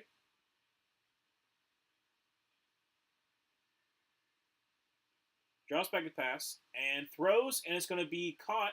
It's going to be about a yard short of the first down. Oh, no, they marked him down 2 yards short of the first down. So it'll be third down 2 with 33 seconds remaining in the third. If they just want to, it could be the last. They can, let the clock run out. All right, so shotgun formation, Brees Hall to the left.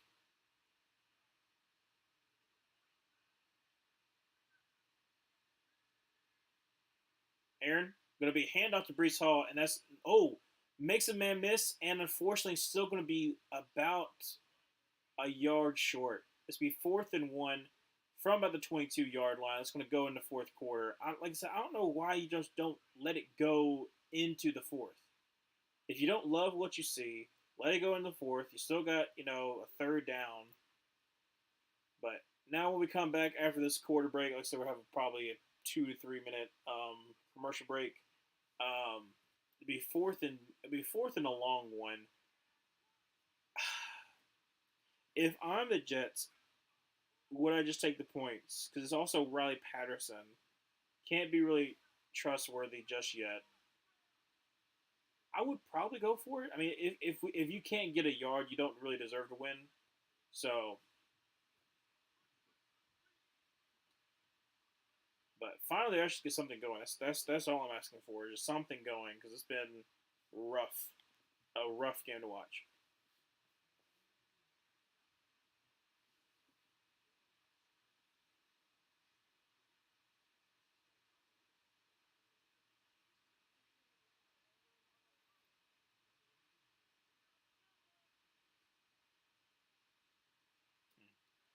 They're showing the Chris Evans, Dwayne the Rock Johnson, Chris movie.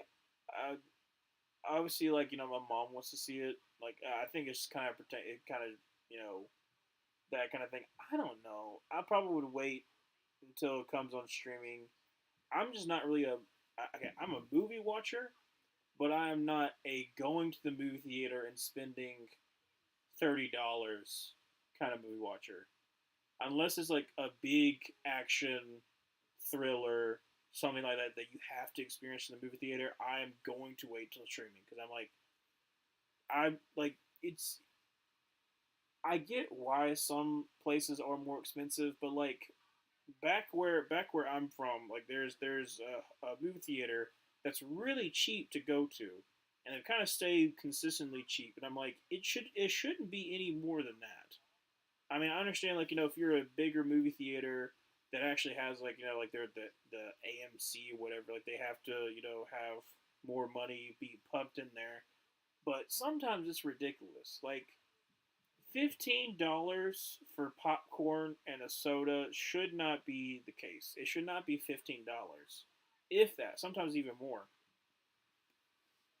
That's just I don't know. It's a lot.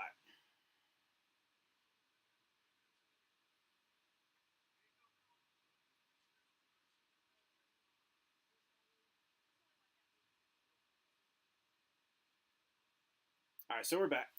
All right, it's 4th and 1, and Devontae Adams is out of the tent, but it looks like he might be going to the locker room. That's not good. All right, so 10-7, 4th and 1. Aaron Rodgers is gonna be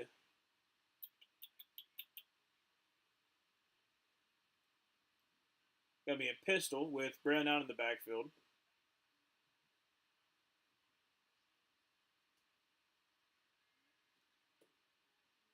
Going to be a pass, and he's got time and avoids the sack and throws, and it's going to be dropped. Well, good thing he dropped it. But why are you throwing? Oh, wait, hold on a second. There's a flag. What's the flag? He must have saw something because it must be on the defense. Because, like I said, I don't like. Wow. I get you trying to do some kind of trickeration, but why are you doing that on a 4th and 1?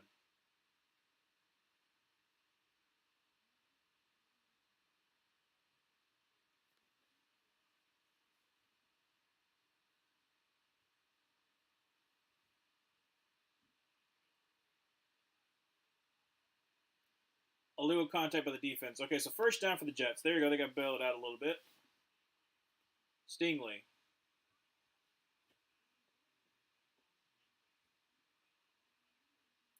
He was on Williams. See here. All right, good, good. And there you go. Yep. Yep.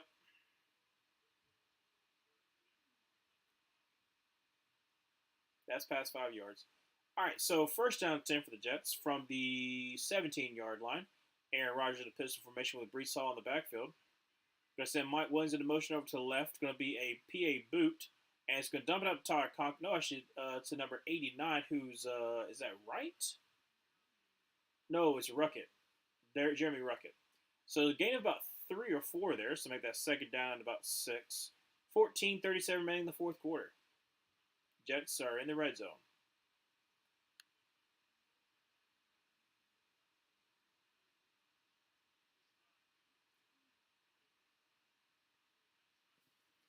All right, second down 6. Aaron in a shotgun formation with Brees Hall to the left.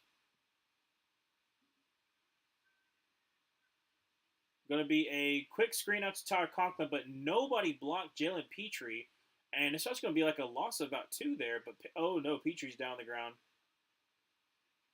That's not good. Ooh. There's been I kind of figured there already be like a lot of injuries in this game because it's MetLife, but this is ridiculous. Last year was kind of the same exact situation where Mike Williams, what are you doing, bud? You got 2 wide receivers going to the same exact guy. Mike Williams, obviously, you should probably block the guy who's in front of you.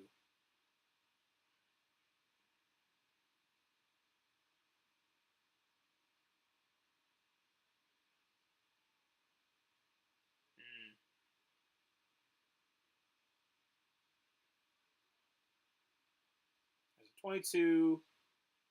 Like I said, it's right there at about the 15-yard line where Derek Singletary gets the illegal contact. That's what they're talking about right now. But it is the correct call because it's past 5 yards. So Jalen Petrie's up and good, so that's good. But it's going to be second down and 9. No, sorry, no, it's not second down. Third down and 9. 13:51 remaining in the fourth quarter.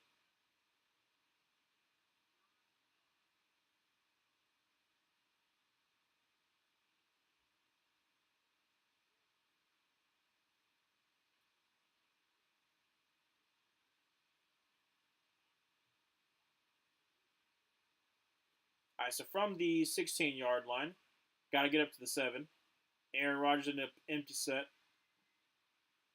Drops back to pass and is getting some pressure. Is going to step up. Is going to run for the first down. Going to get it all the way down to the 3-yard line. Is Aaron Rodgers, but there is a flag. Don't know what the flag is on yet. What the flag?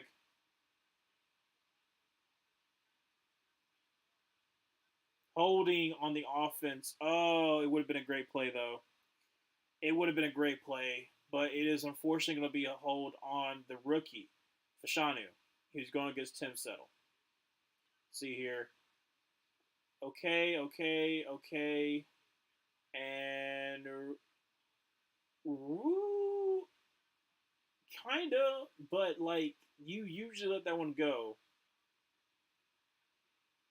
Okay, so good, kind of hold. There's a little bit hold right there. Yeah, I guess that's where they're calling right there. But when he goes down, I wouldn't consider that a hold. But I guess he's calling it hold from up here. So instead, it's gonna be third and 19, all the way back to the 26-yard line. Aaron Rodgers in shotgun formation, going to drop back to pass, and is going to throw for the end zone, and it's going to be, oh my gosh! No, he got that in. That is a touchdown. Oh my gosh, that's a touchdown by Garrett Wilson. Garrett Wilson with a one-handed catch behind his back. He left foot completion. Oh no, it's gonna be George Pickens all over again. I thought he got it in. Great effort.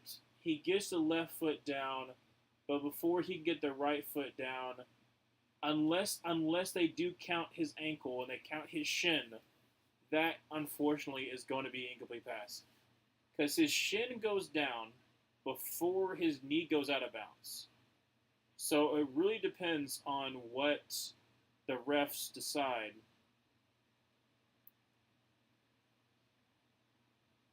I think the Jets, yeah, just challenged it. Okay.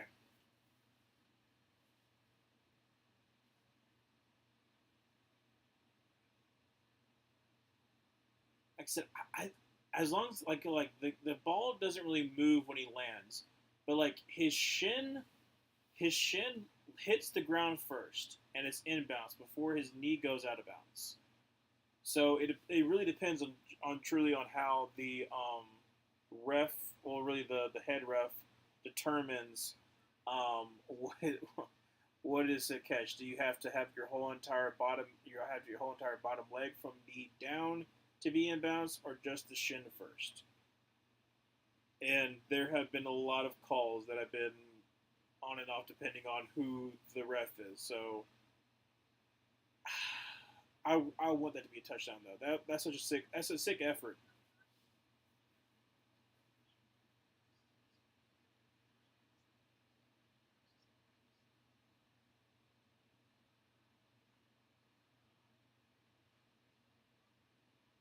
We're still at commercial break, so that's usually not. Well, it means that it could be inconclusive evidence, which means that they're going to go back on the ruling of the field, which is an incomplete pass. Well, out of bounds.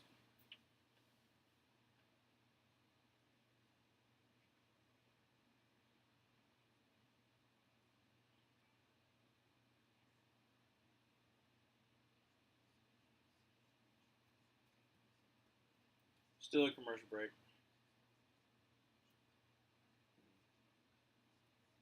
I do wonder if that's going to be brought up in the off season about the double toe, because like George Pickens on Monday doing the double foot but can't get the other foot down. Like it's one like it was kind of circling around. It's like one of the most secure no catches you've ever seen because like he obviously has they just can't get the other foot down. With that one, I mean it's unbelievable effort by Garrett Wilson. I really hope they give him the touchdown. I see here.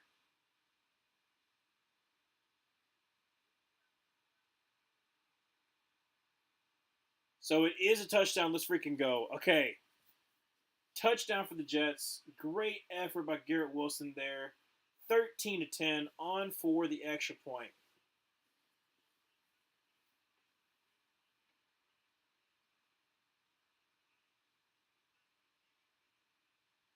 I mean that's outstanding. Like I said, Garrett Wilson's so freaking good. He just needed a good quarterback.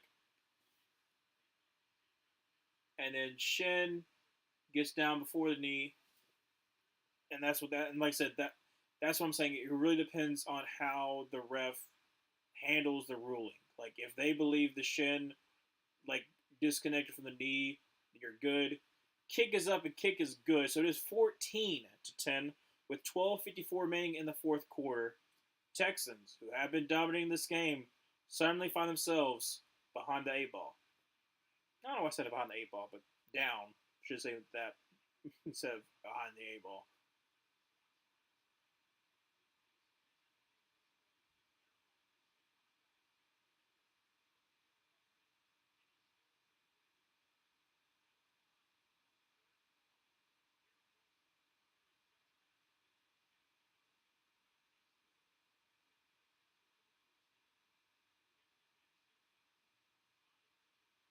All right, so Jets about to boom this ball away for a touchback, more than likely.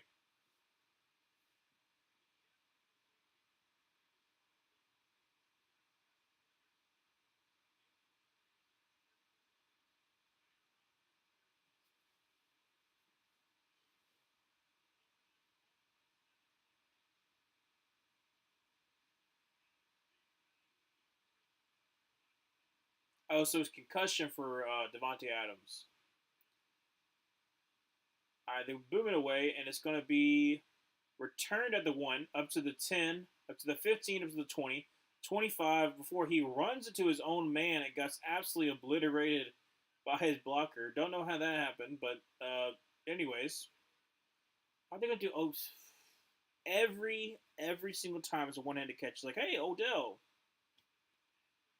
every single time, without fail.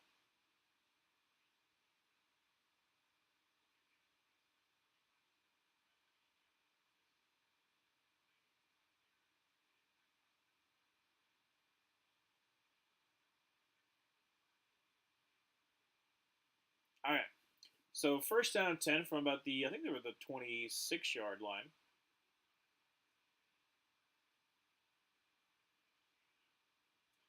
Going to be a play action boot for CJ Stroud. Going to scramble out to the left, throws on the run, and it's going to be caught by, oh my gosh, for Tank Dell all the way down to the 20-yard line. Amazing play by the Texans to steal back the momentum all the way down to the 20-yard line. Wow. CJ Stroud rolls out from the PA boot.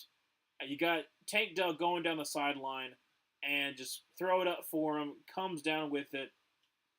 Incredible catch by Tank Dell there.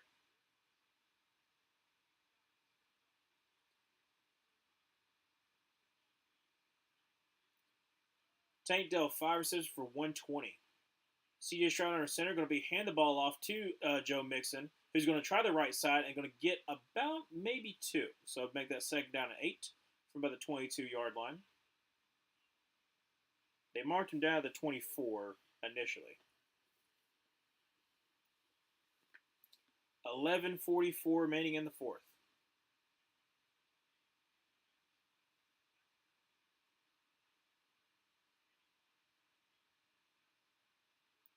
CJ Stroud under center with Taylor in the backfield. Going to hand the ball off up to the 20, up to the 17, maybe down to the 16. Depends on when they mark them. It'll be about third down and 2. I think there's an injured player on the field though. Oh no, he's good. Never mind. He just was down the ground. That was number 23, Oliver, for the Jets. So third down two, 11-18. Let's go in the fourth.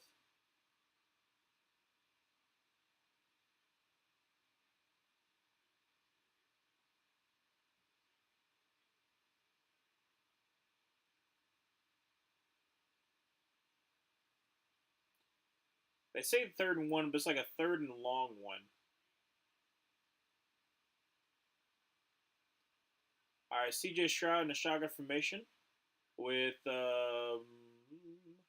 Joe Mixon in the backfield to his left. C.J. Stroud. It's a pass up for the 25, rolls out, and is going to try to roll it for the end for the first down. I think he gets it. It depends on where they mark him. Are they giving it to him? I think they are. So first down 10, 147 remaining. No, not 140. 10-47 remaining. Oh, they're marking him short. They're marking him about like 3 inches short. C.J. Stroud rolls out to his left. I thought he got it. Let's see here. That's not a really good angle. I guess he is short.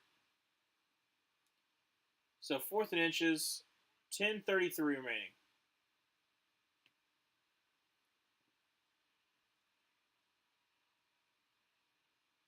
Who called timeout? The Texans called timeout? Or official timeout?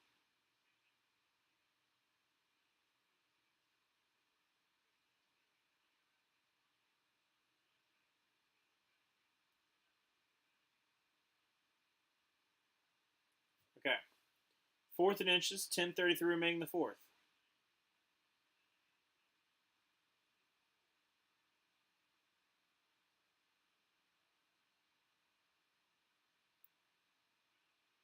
Stroud under center.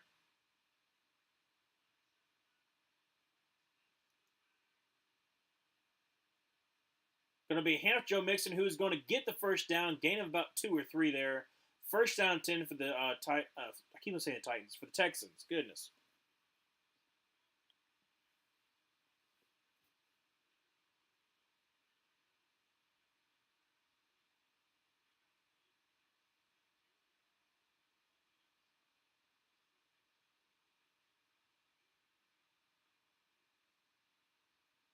All right, first down 10 from the 13-yard line. CJ Stroud under center with Joe Mixon in the backfield.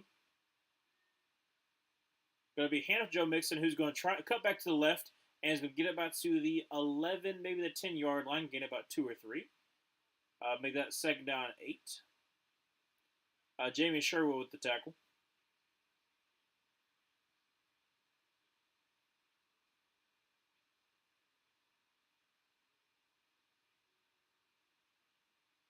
(9:25) remaining the fourth quarter. Second down 7.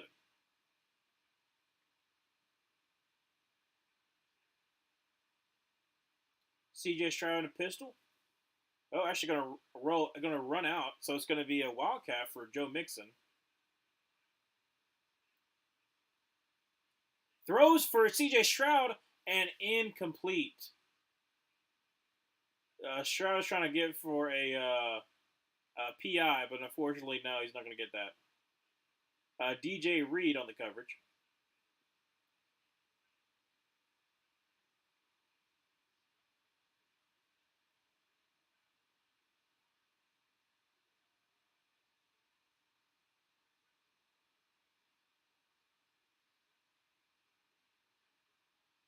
Well, that should be PI.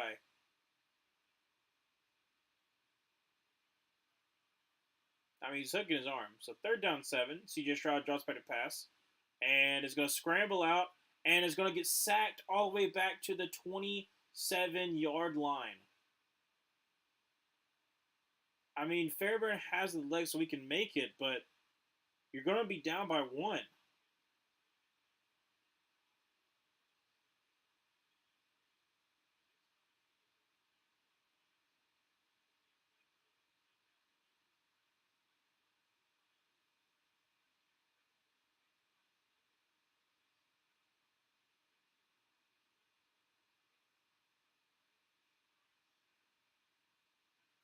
All right, so Kyle Fairbairn on a 40. Let's see, is a 43? Yeah, 43-yard field goal. Kick is up and kick is good. There is a flag, however. Don't know if flag is on.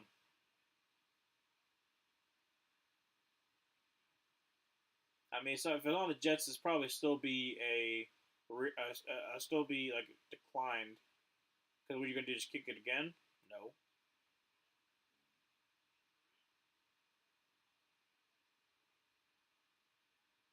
Oh shoot! Contact with a snapper. It calls it a first down. Oh my gosh! How?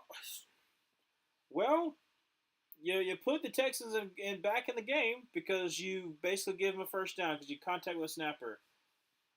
The defensive tackle, I mean, just bull rushes the. What are you doing?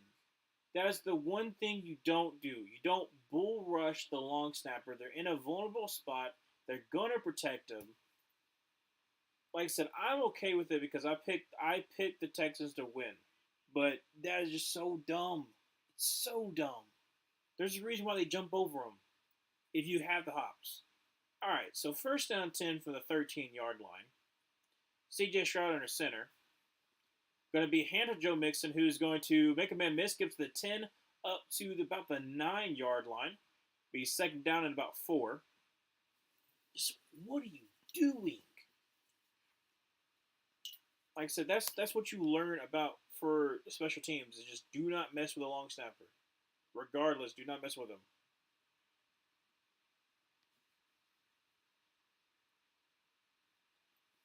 All right, so second down 7 for the gain about 3. 7:48 remaining in the fourth quarter. C.J. Stroud our center from the 10. Going to be another handoff to Joe Mixon. Gets maybe a yard, but not much there. It'll be third down and about 6.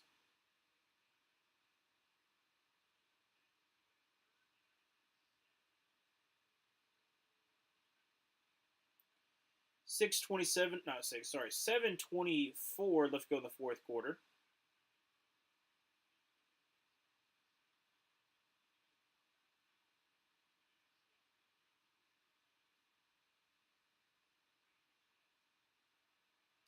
All right, C.J. Stroud and a shotgun formation. Going to send Mechie in a motion over to the right. Drops back to pass, and he's got time. He's got time. Throws, and it's going to be incomplete just beyond the reach of John Mechie. Going to have to kick this field goal anyway, so. Hey, Jets, do not run into the long snapper. Just don't do it.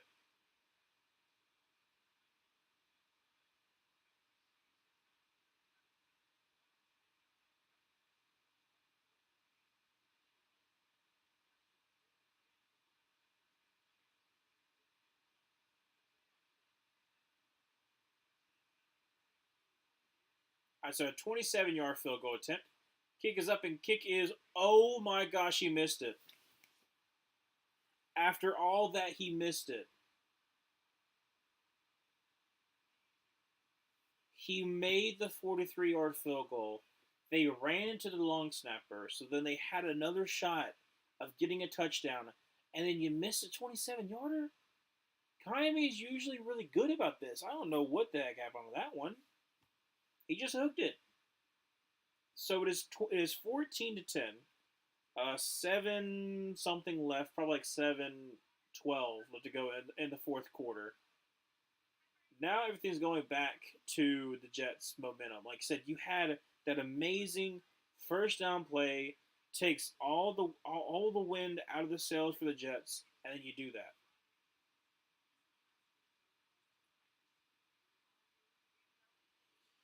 Well, Jets defense got to get well, not Jets defense, Jets offense has an amazing opportunity to help out their defense by either getting some more points or just running out as much clock as you possibly can.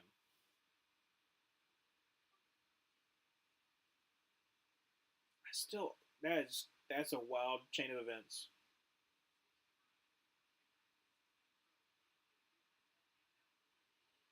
Hmm. Well, um, let's see here. Each team has all three timeouts, so that's not too bad. So you will be able to stop the clock. Um, I just that's so that would be if I was a Texans fan, that would be very infuriating. I haven't gotten a text from Luke yet. I'm sure he's steaming though. But you know what? Hey, it's Halloween. Weird things are going to happen, but that is definitely something I did not expect to happen at all.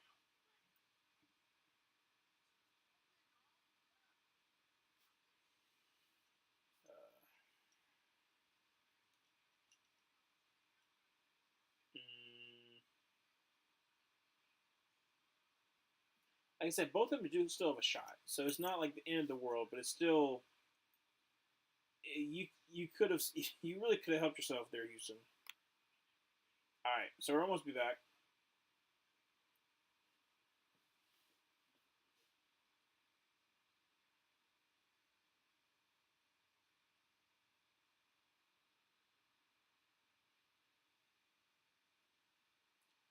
There's a lot of Teenage Mutant Ninja Turtle costumes.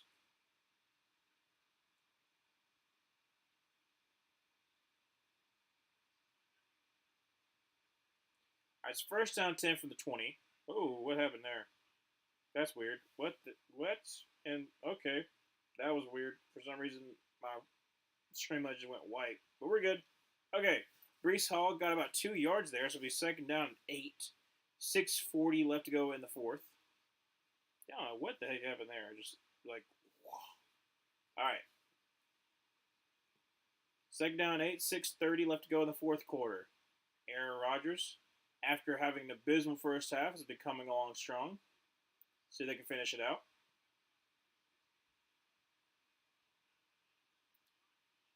Aaron into pistol with Brees Hall behind him. Going to send Tyler Conklin in motion over to the left. Going to be handoff to Brees Hall and is going to get up to the 30, up to the 35. Make sure there's no flag. No, there's no flag. So first down 10 from the 35-yard line for the Jets. 6 minutes left to go in the fourth quarter.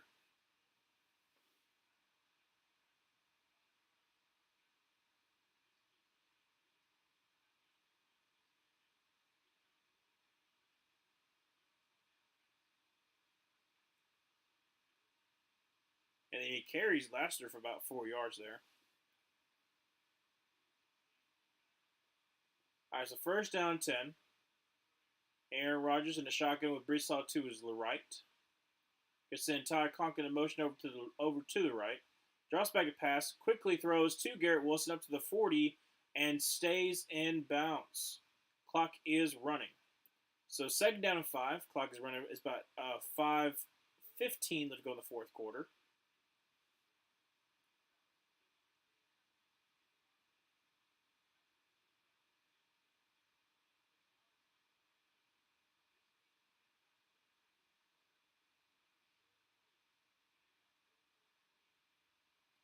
All right, so Aaron Rodgers in the shotgun formation with Brees Hall to his left from the 40. Aaron sends Gibson in motion. Going to be handoff to Brees Hall. Try the right side. And is going to get about 3. Make it third down and 2 from the 43-yard line for the Jets. 4:37 remaining in the fourth quarter. All three timeouts for each team. This is a very important third down. But Devontae Adams is back in the play. He's back. All right, Devontae, what you got? Brandon Allen replaces Brees Hall. Aaron going to be in a shotgun formation with Brandon Allen to his left.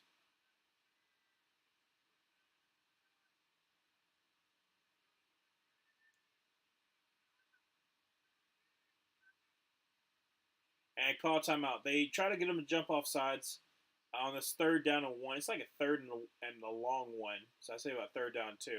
But they call the first timeout. 4 minutes left to go in the fourth.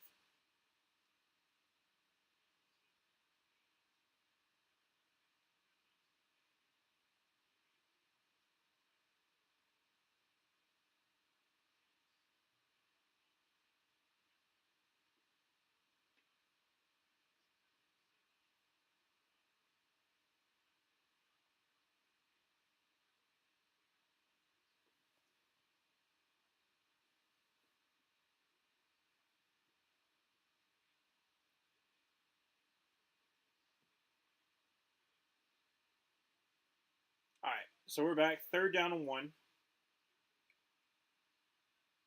Braylon Allen is still in for Brees Hall.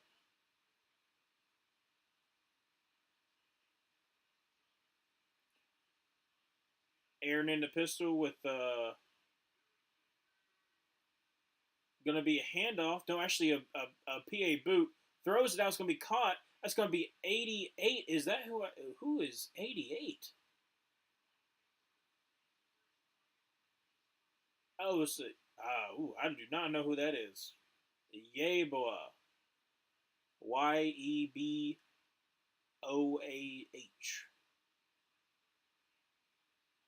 He engages then disengages with Danielle Hunter. I mean, great job by him. Is wide open in the flat, so it'll be a first down, all the way up near midfield. Well, past midfield actually.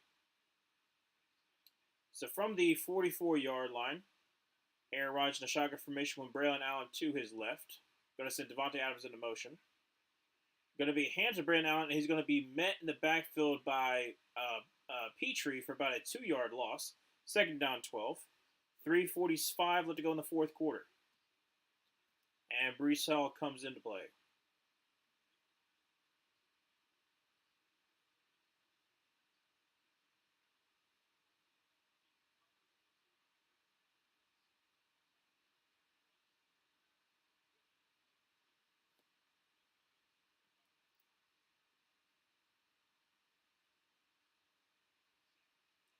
Aaron Rodgers in a shotgun formation with Brees Hall to his left. From the 47-yard line, drops back to pass, and throws, and it's going to be caught by Garrett Wilson. It's going to be about 3 yards short of the first down. So third down and about 3 for the Jets. 3 minutes remaining in the fourth quarter. And a timeout is called by the Titans with 2:58 remaining.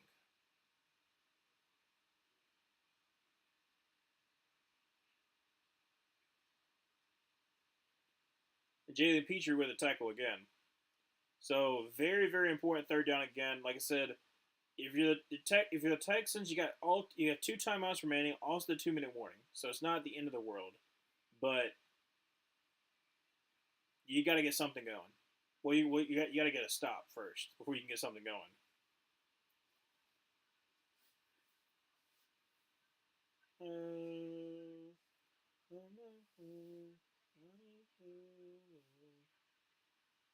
Doing is that Chelsea Dagger? Yeah, yeah, I think it is. No, that's not Chelsea Dagger. Which one is that one? I can look at the album, but I can't think of who it is and what's the song name. It's like with vegetables. I don't know. It's a Taco Bell commercial. You know what's wild? Some Taco Bell places are no longer serving breakfast. Like it's not like a nationwide thing. It's not like like a company thing. It's just like some franchises are just not selling breakfast anymore. Which like that's traditional. Not traditional. That's their prerogative because like um uh it helps out like not having as much shipping and whatnot. But it was a surprise to me because I was like, you know what? I'm in the mood for a crunch wrap for a breakfast crunch wrap. Went in, it was like 9 something, and all they had was like regular food, and I was like, what? And they were like, oh yeah, no, we're not doing breakfast anymore. I was like, really? He was like, yeah, some franchises just aren't doing that anymore. And I was like, well, dang, was not prepared for that.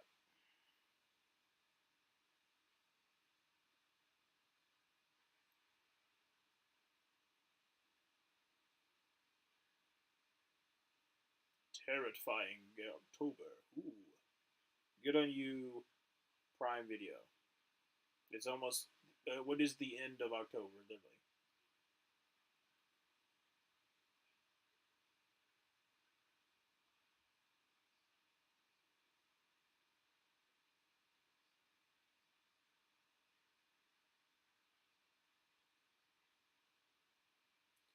All right, so 3:02 remaining in the fourth. They added some more seconds. Third down and 3.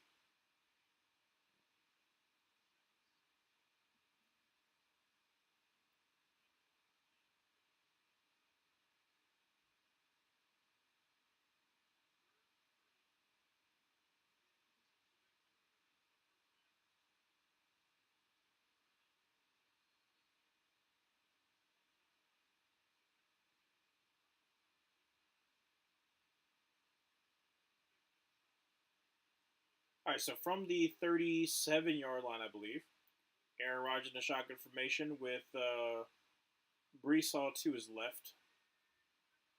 Drops back a pass, is getting pressure, throws, and wide open is going to be Davante Adams, who is going to run into the end zone. 20-10 Jets are going to win this game unless something crazy happens. Davante Adams gets himself a touchdown. Wow. When they needed it most, the Jets deliver.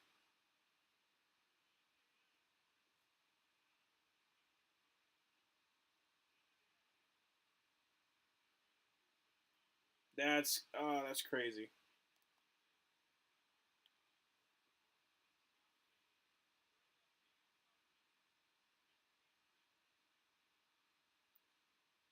All right, Riley Patterson on to kick this one. Kick is up and kick is good. So it is 21-10.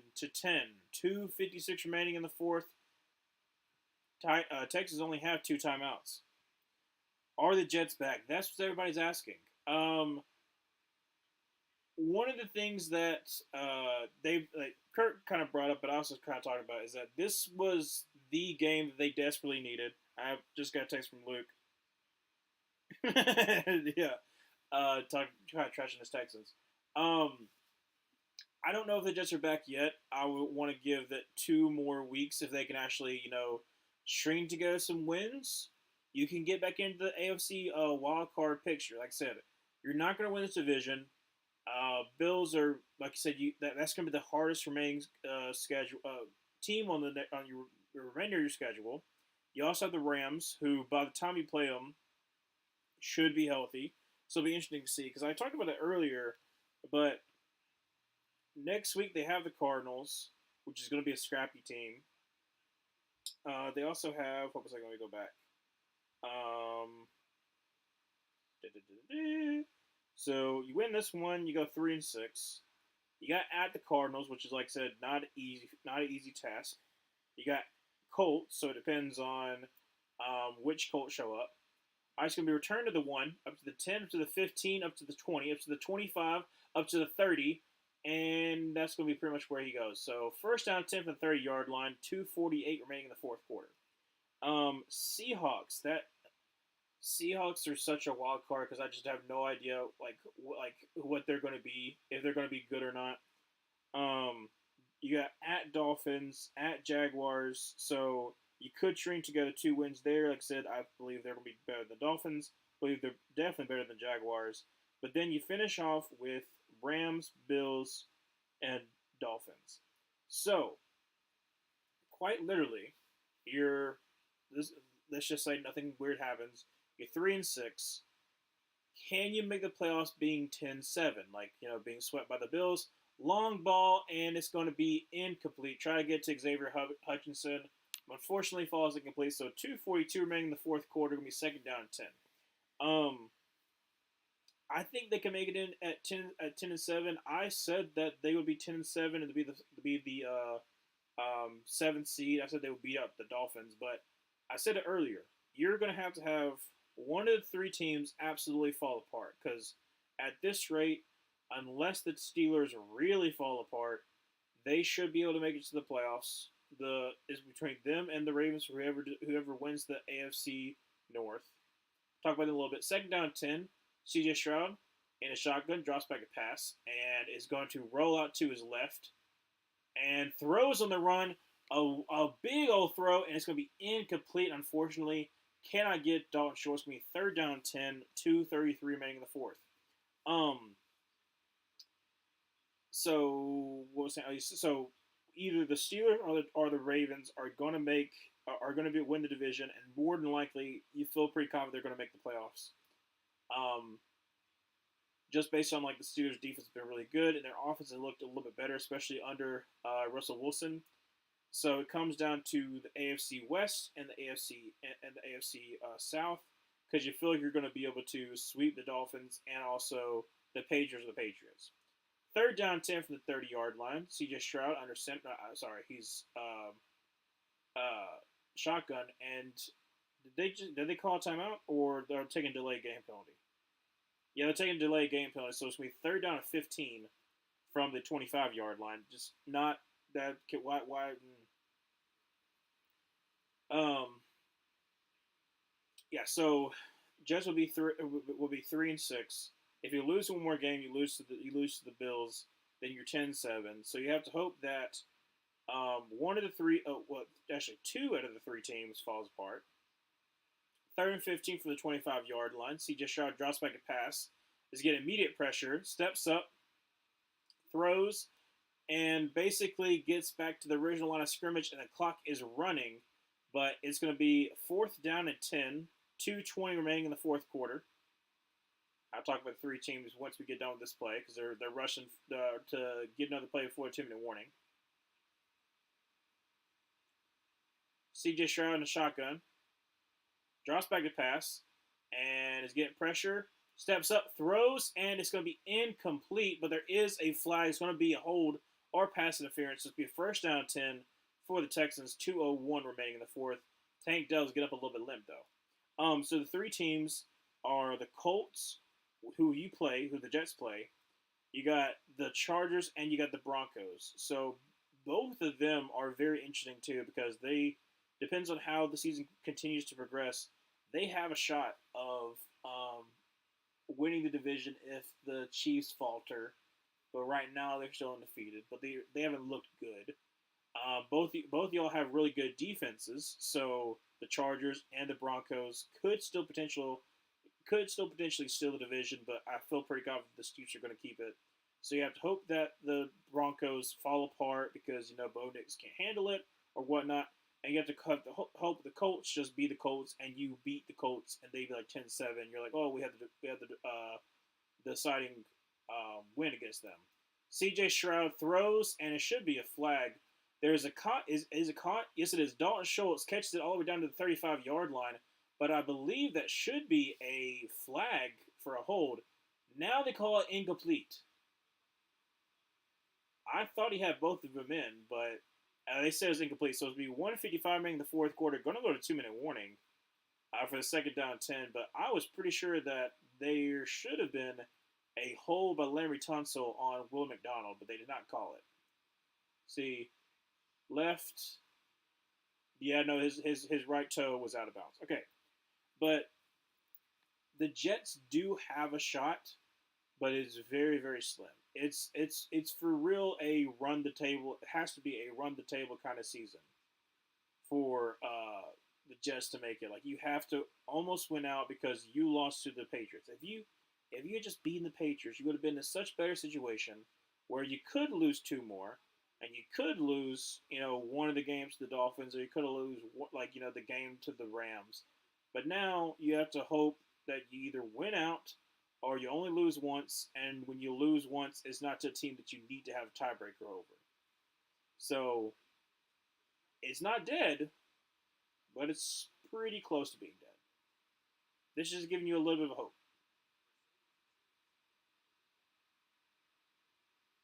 Luke was texting me talking about the worst offensive line, which parts of the Texans' offensive line is one of the worst in the league. That is, they are going to be heavily involved in fixing that in the offseason because, like I said earlier, it's a very great defensive line class. And they need a run-stopping defensive tackle, but they need offensive line help dramatically. Like, you can fix it in free agency if you want to, but you got to get some kind of depth along the offensive line as well.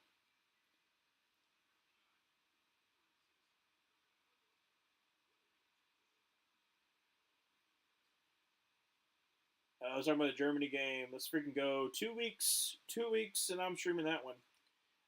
I'm a Broncos fan, fortunately, however. I'm not getting my hopes up for playoffs considering the rest of our schedule is rough. That's what I'm saying. It's like, right now, Bo Nix has been playing okay. He's played really good against the Panthers, which is, not really saying much. I'm a Panthers fan, not really saying much, because our defense is very battered, and it wasn't really talented to begin with once we had people who go down.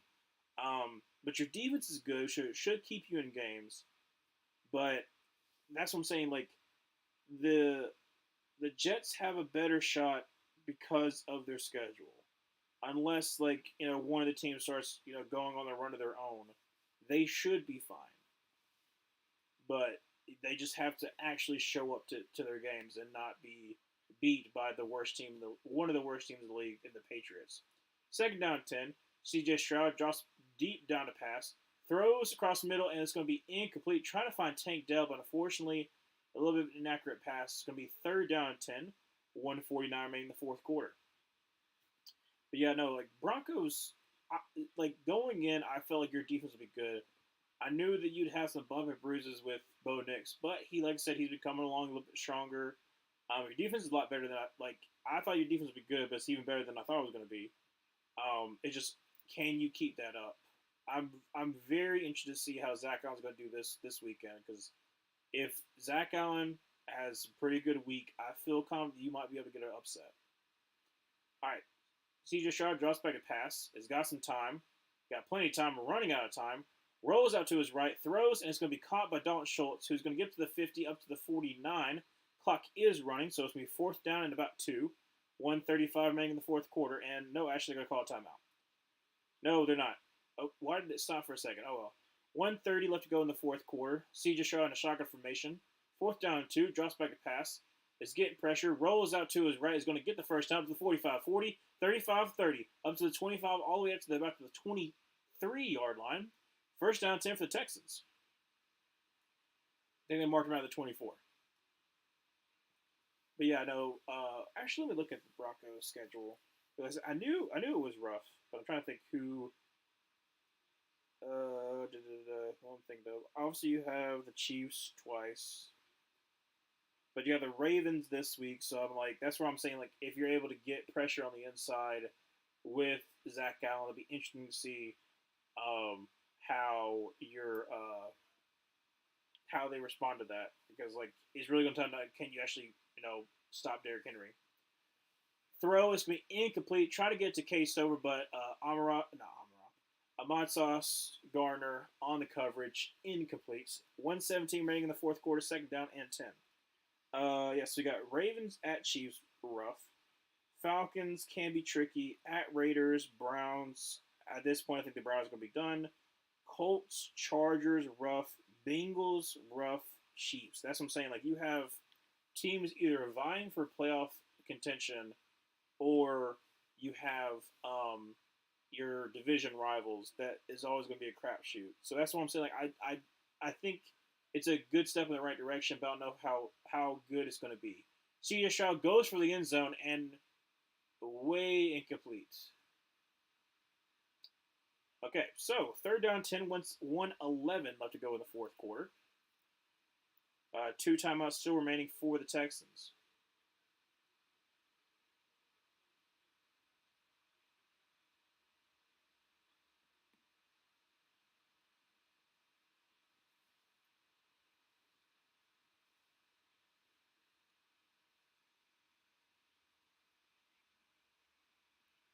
C.J. Stroud going to send John Mechie in motion over to the right.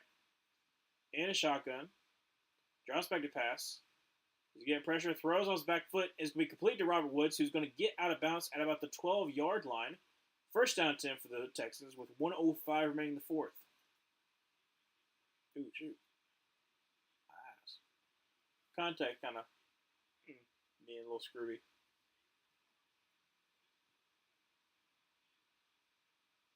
All right, so 1:05 from the, what did I say, the 14 or the 12? 12-yard line. C.J. Stroud in a shotgun formation.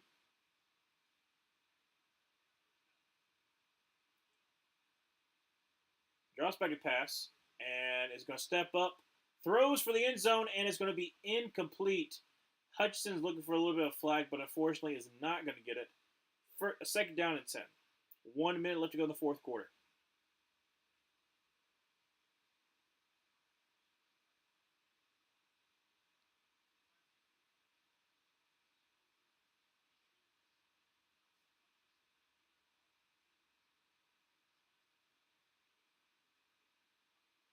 C.J. Stroud shotgun formation. Running back to his right.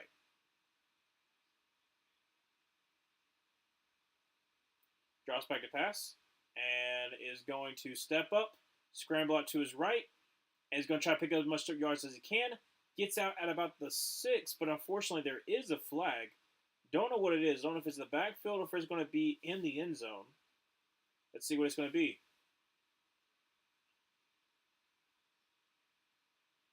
Holding on the defense.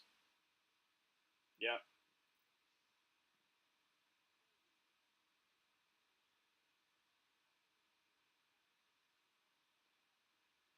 That gum. Sauce Gardner get called again. All right, let's see here. Let's see, 10, so down, down, down. Yep. It was a tug earlier that's what they called it on. So I know it's not later on in the route when we just had hands on him, but that tug I guess the ref saw. So it is technically going to be a hold. First and goal from the 52 seconds remaining. CJ shot in a shotgun formation from the 3. Drops back to pass and is going to throw off his back foot, incomplete. Threw at the feet of the running back. Lived another down. 47 seconds remaining in the fourth quarter. Second and goal. Still two timeouts remaining for the Texans. And Sauce Gardner is on the ground, kind of nursing his ankle.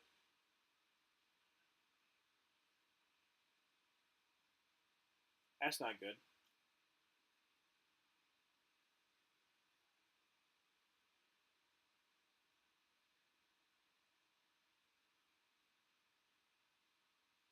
At least able to walk on it, but he's kind of hobbling on it a little bit.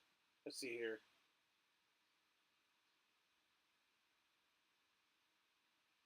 I think it's just the way he came down on it when he was trying to stop. Like I said, it's just MetLife, dude. Like turf gives you no kind of give. So if you step on it the wrong way, it can literally just almost break your ankle. So 47 seconds remaining, second and goal. Sauce has to be off for at least one play. Going to be empty set for CJ Stroud. Drops back to pass and is getting pressured and is going to get sacked at the 14-yard line. Timeout for the Texans. 39 seconds remaining, third and goal. It's Hassan Reddick with a sack. Ooh.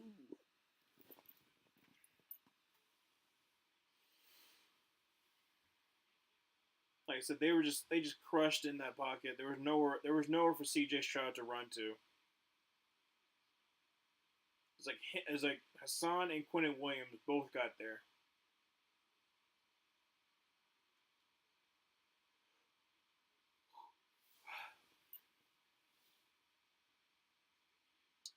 And they're going with a field goal kick right here.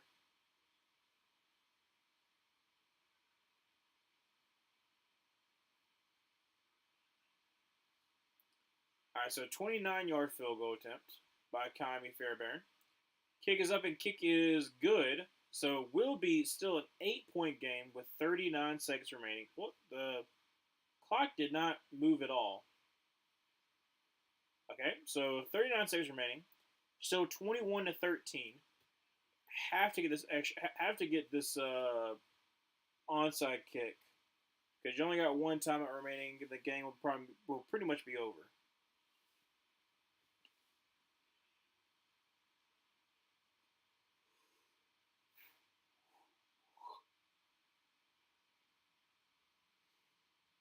I'm already feeling it. Like I said, the beginning of this game kind of lulled me to sleep, but it's gotten better.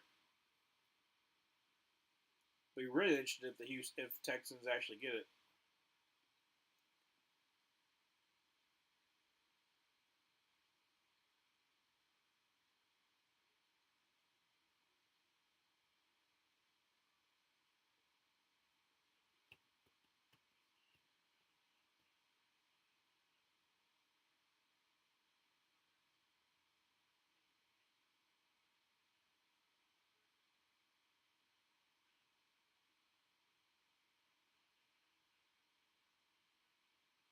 Fairbairn on a cutest onside kick. And is going to be recovered by Devontae Adams. So game is going to be over 21-13. Jets just have to nail this one out, and it's over. Jets will move to 3-6. Texans will move to 6-3. Texans still have a 2-game lead, I believe, over the Colts, who are 4-4, and the tiebreaker. But this, if they had just won this one, would put them even a better spot to win the AFC South. Now, still the Colts are going to be within reach. Showing the graphic right now, the remaining schedule for the Jets. Like I said, you got at Arizona, Indianapolis, and you got the bye, Seattle, Dolphins. Like I said, it's a manageable schedule with a few hiccups here and there, a few trap games, but there's a shot. And as long as there's a shot, Jets fans can have a little bit of hope that maybe, just maybe, they can break their streak. It was a very interesting game. Kind of a lull beginning, but definitely, we got up. Sorry for the initial problem with the stream. Like I said, trying something new with the. Thanks so much. Yeah, I'm not really hoping that we beat the Saints, but if we do, it'll be hilarious. So that's part of the reason why I'm okay if we beat the Saints. But it will worsen our pick. But yeah, sorry about the initial where I couldn't really get the stream to work because I was trying to figure out why my webcam wasn't working. But thanks so much for joining. I will be streaming, of course, the Monday night game, and definitely before Sunday, get out the NFL basement video. Still working on it. We'll get it out.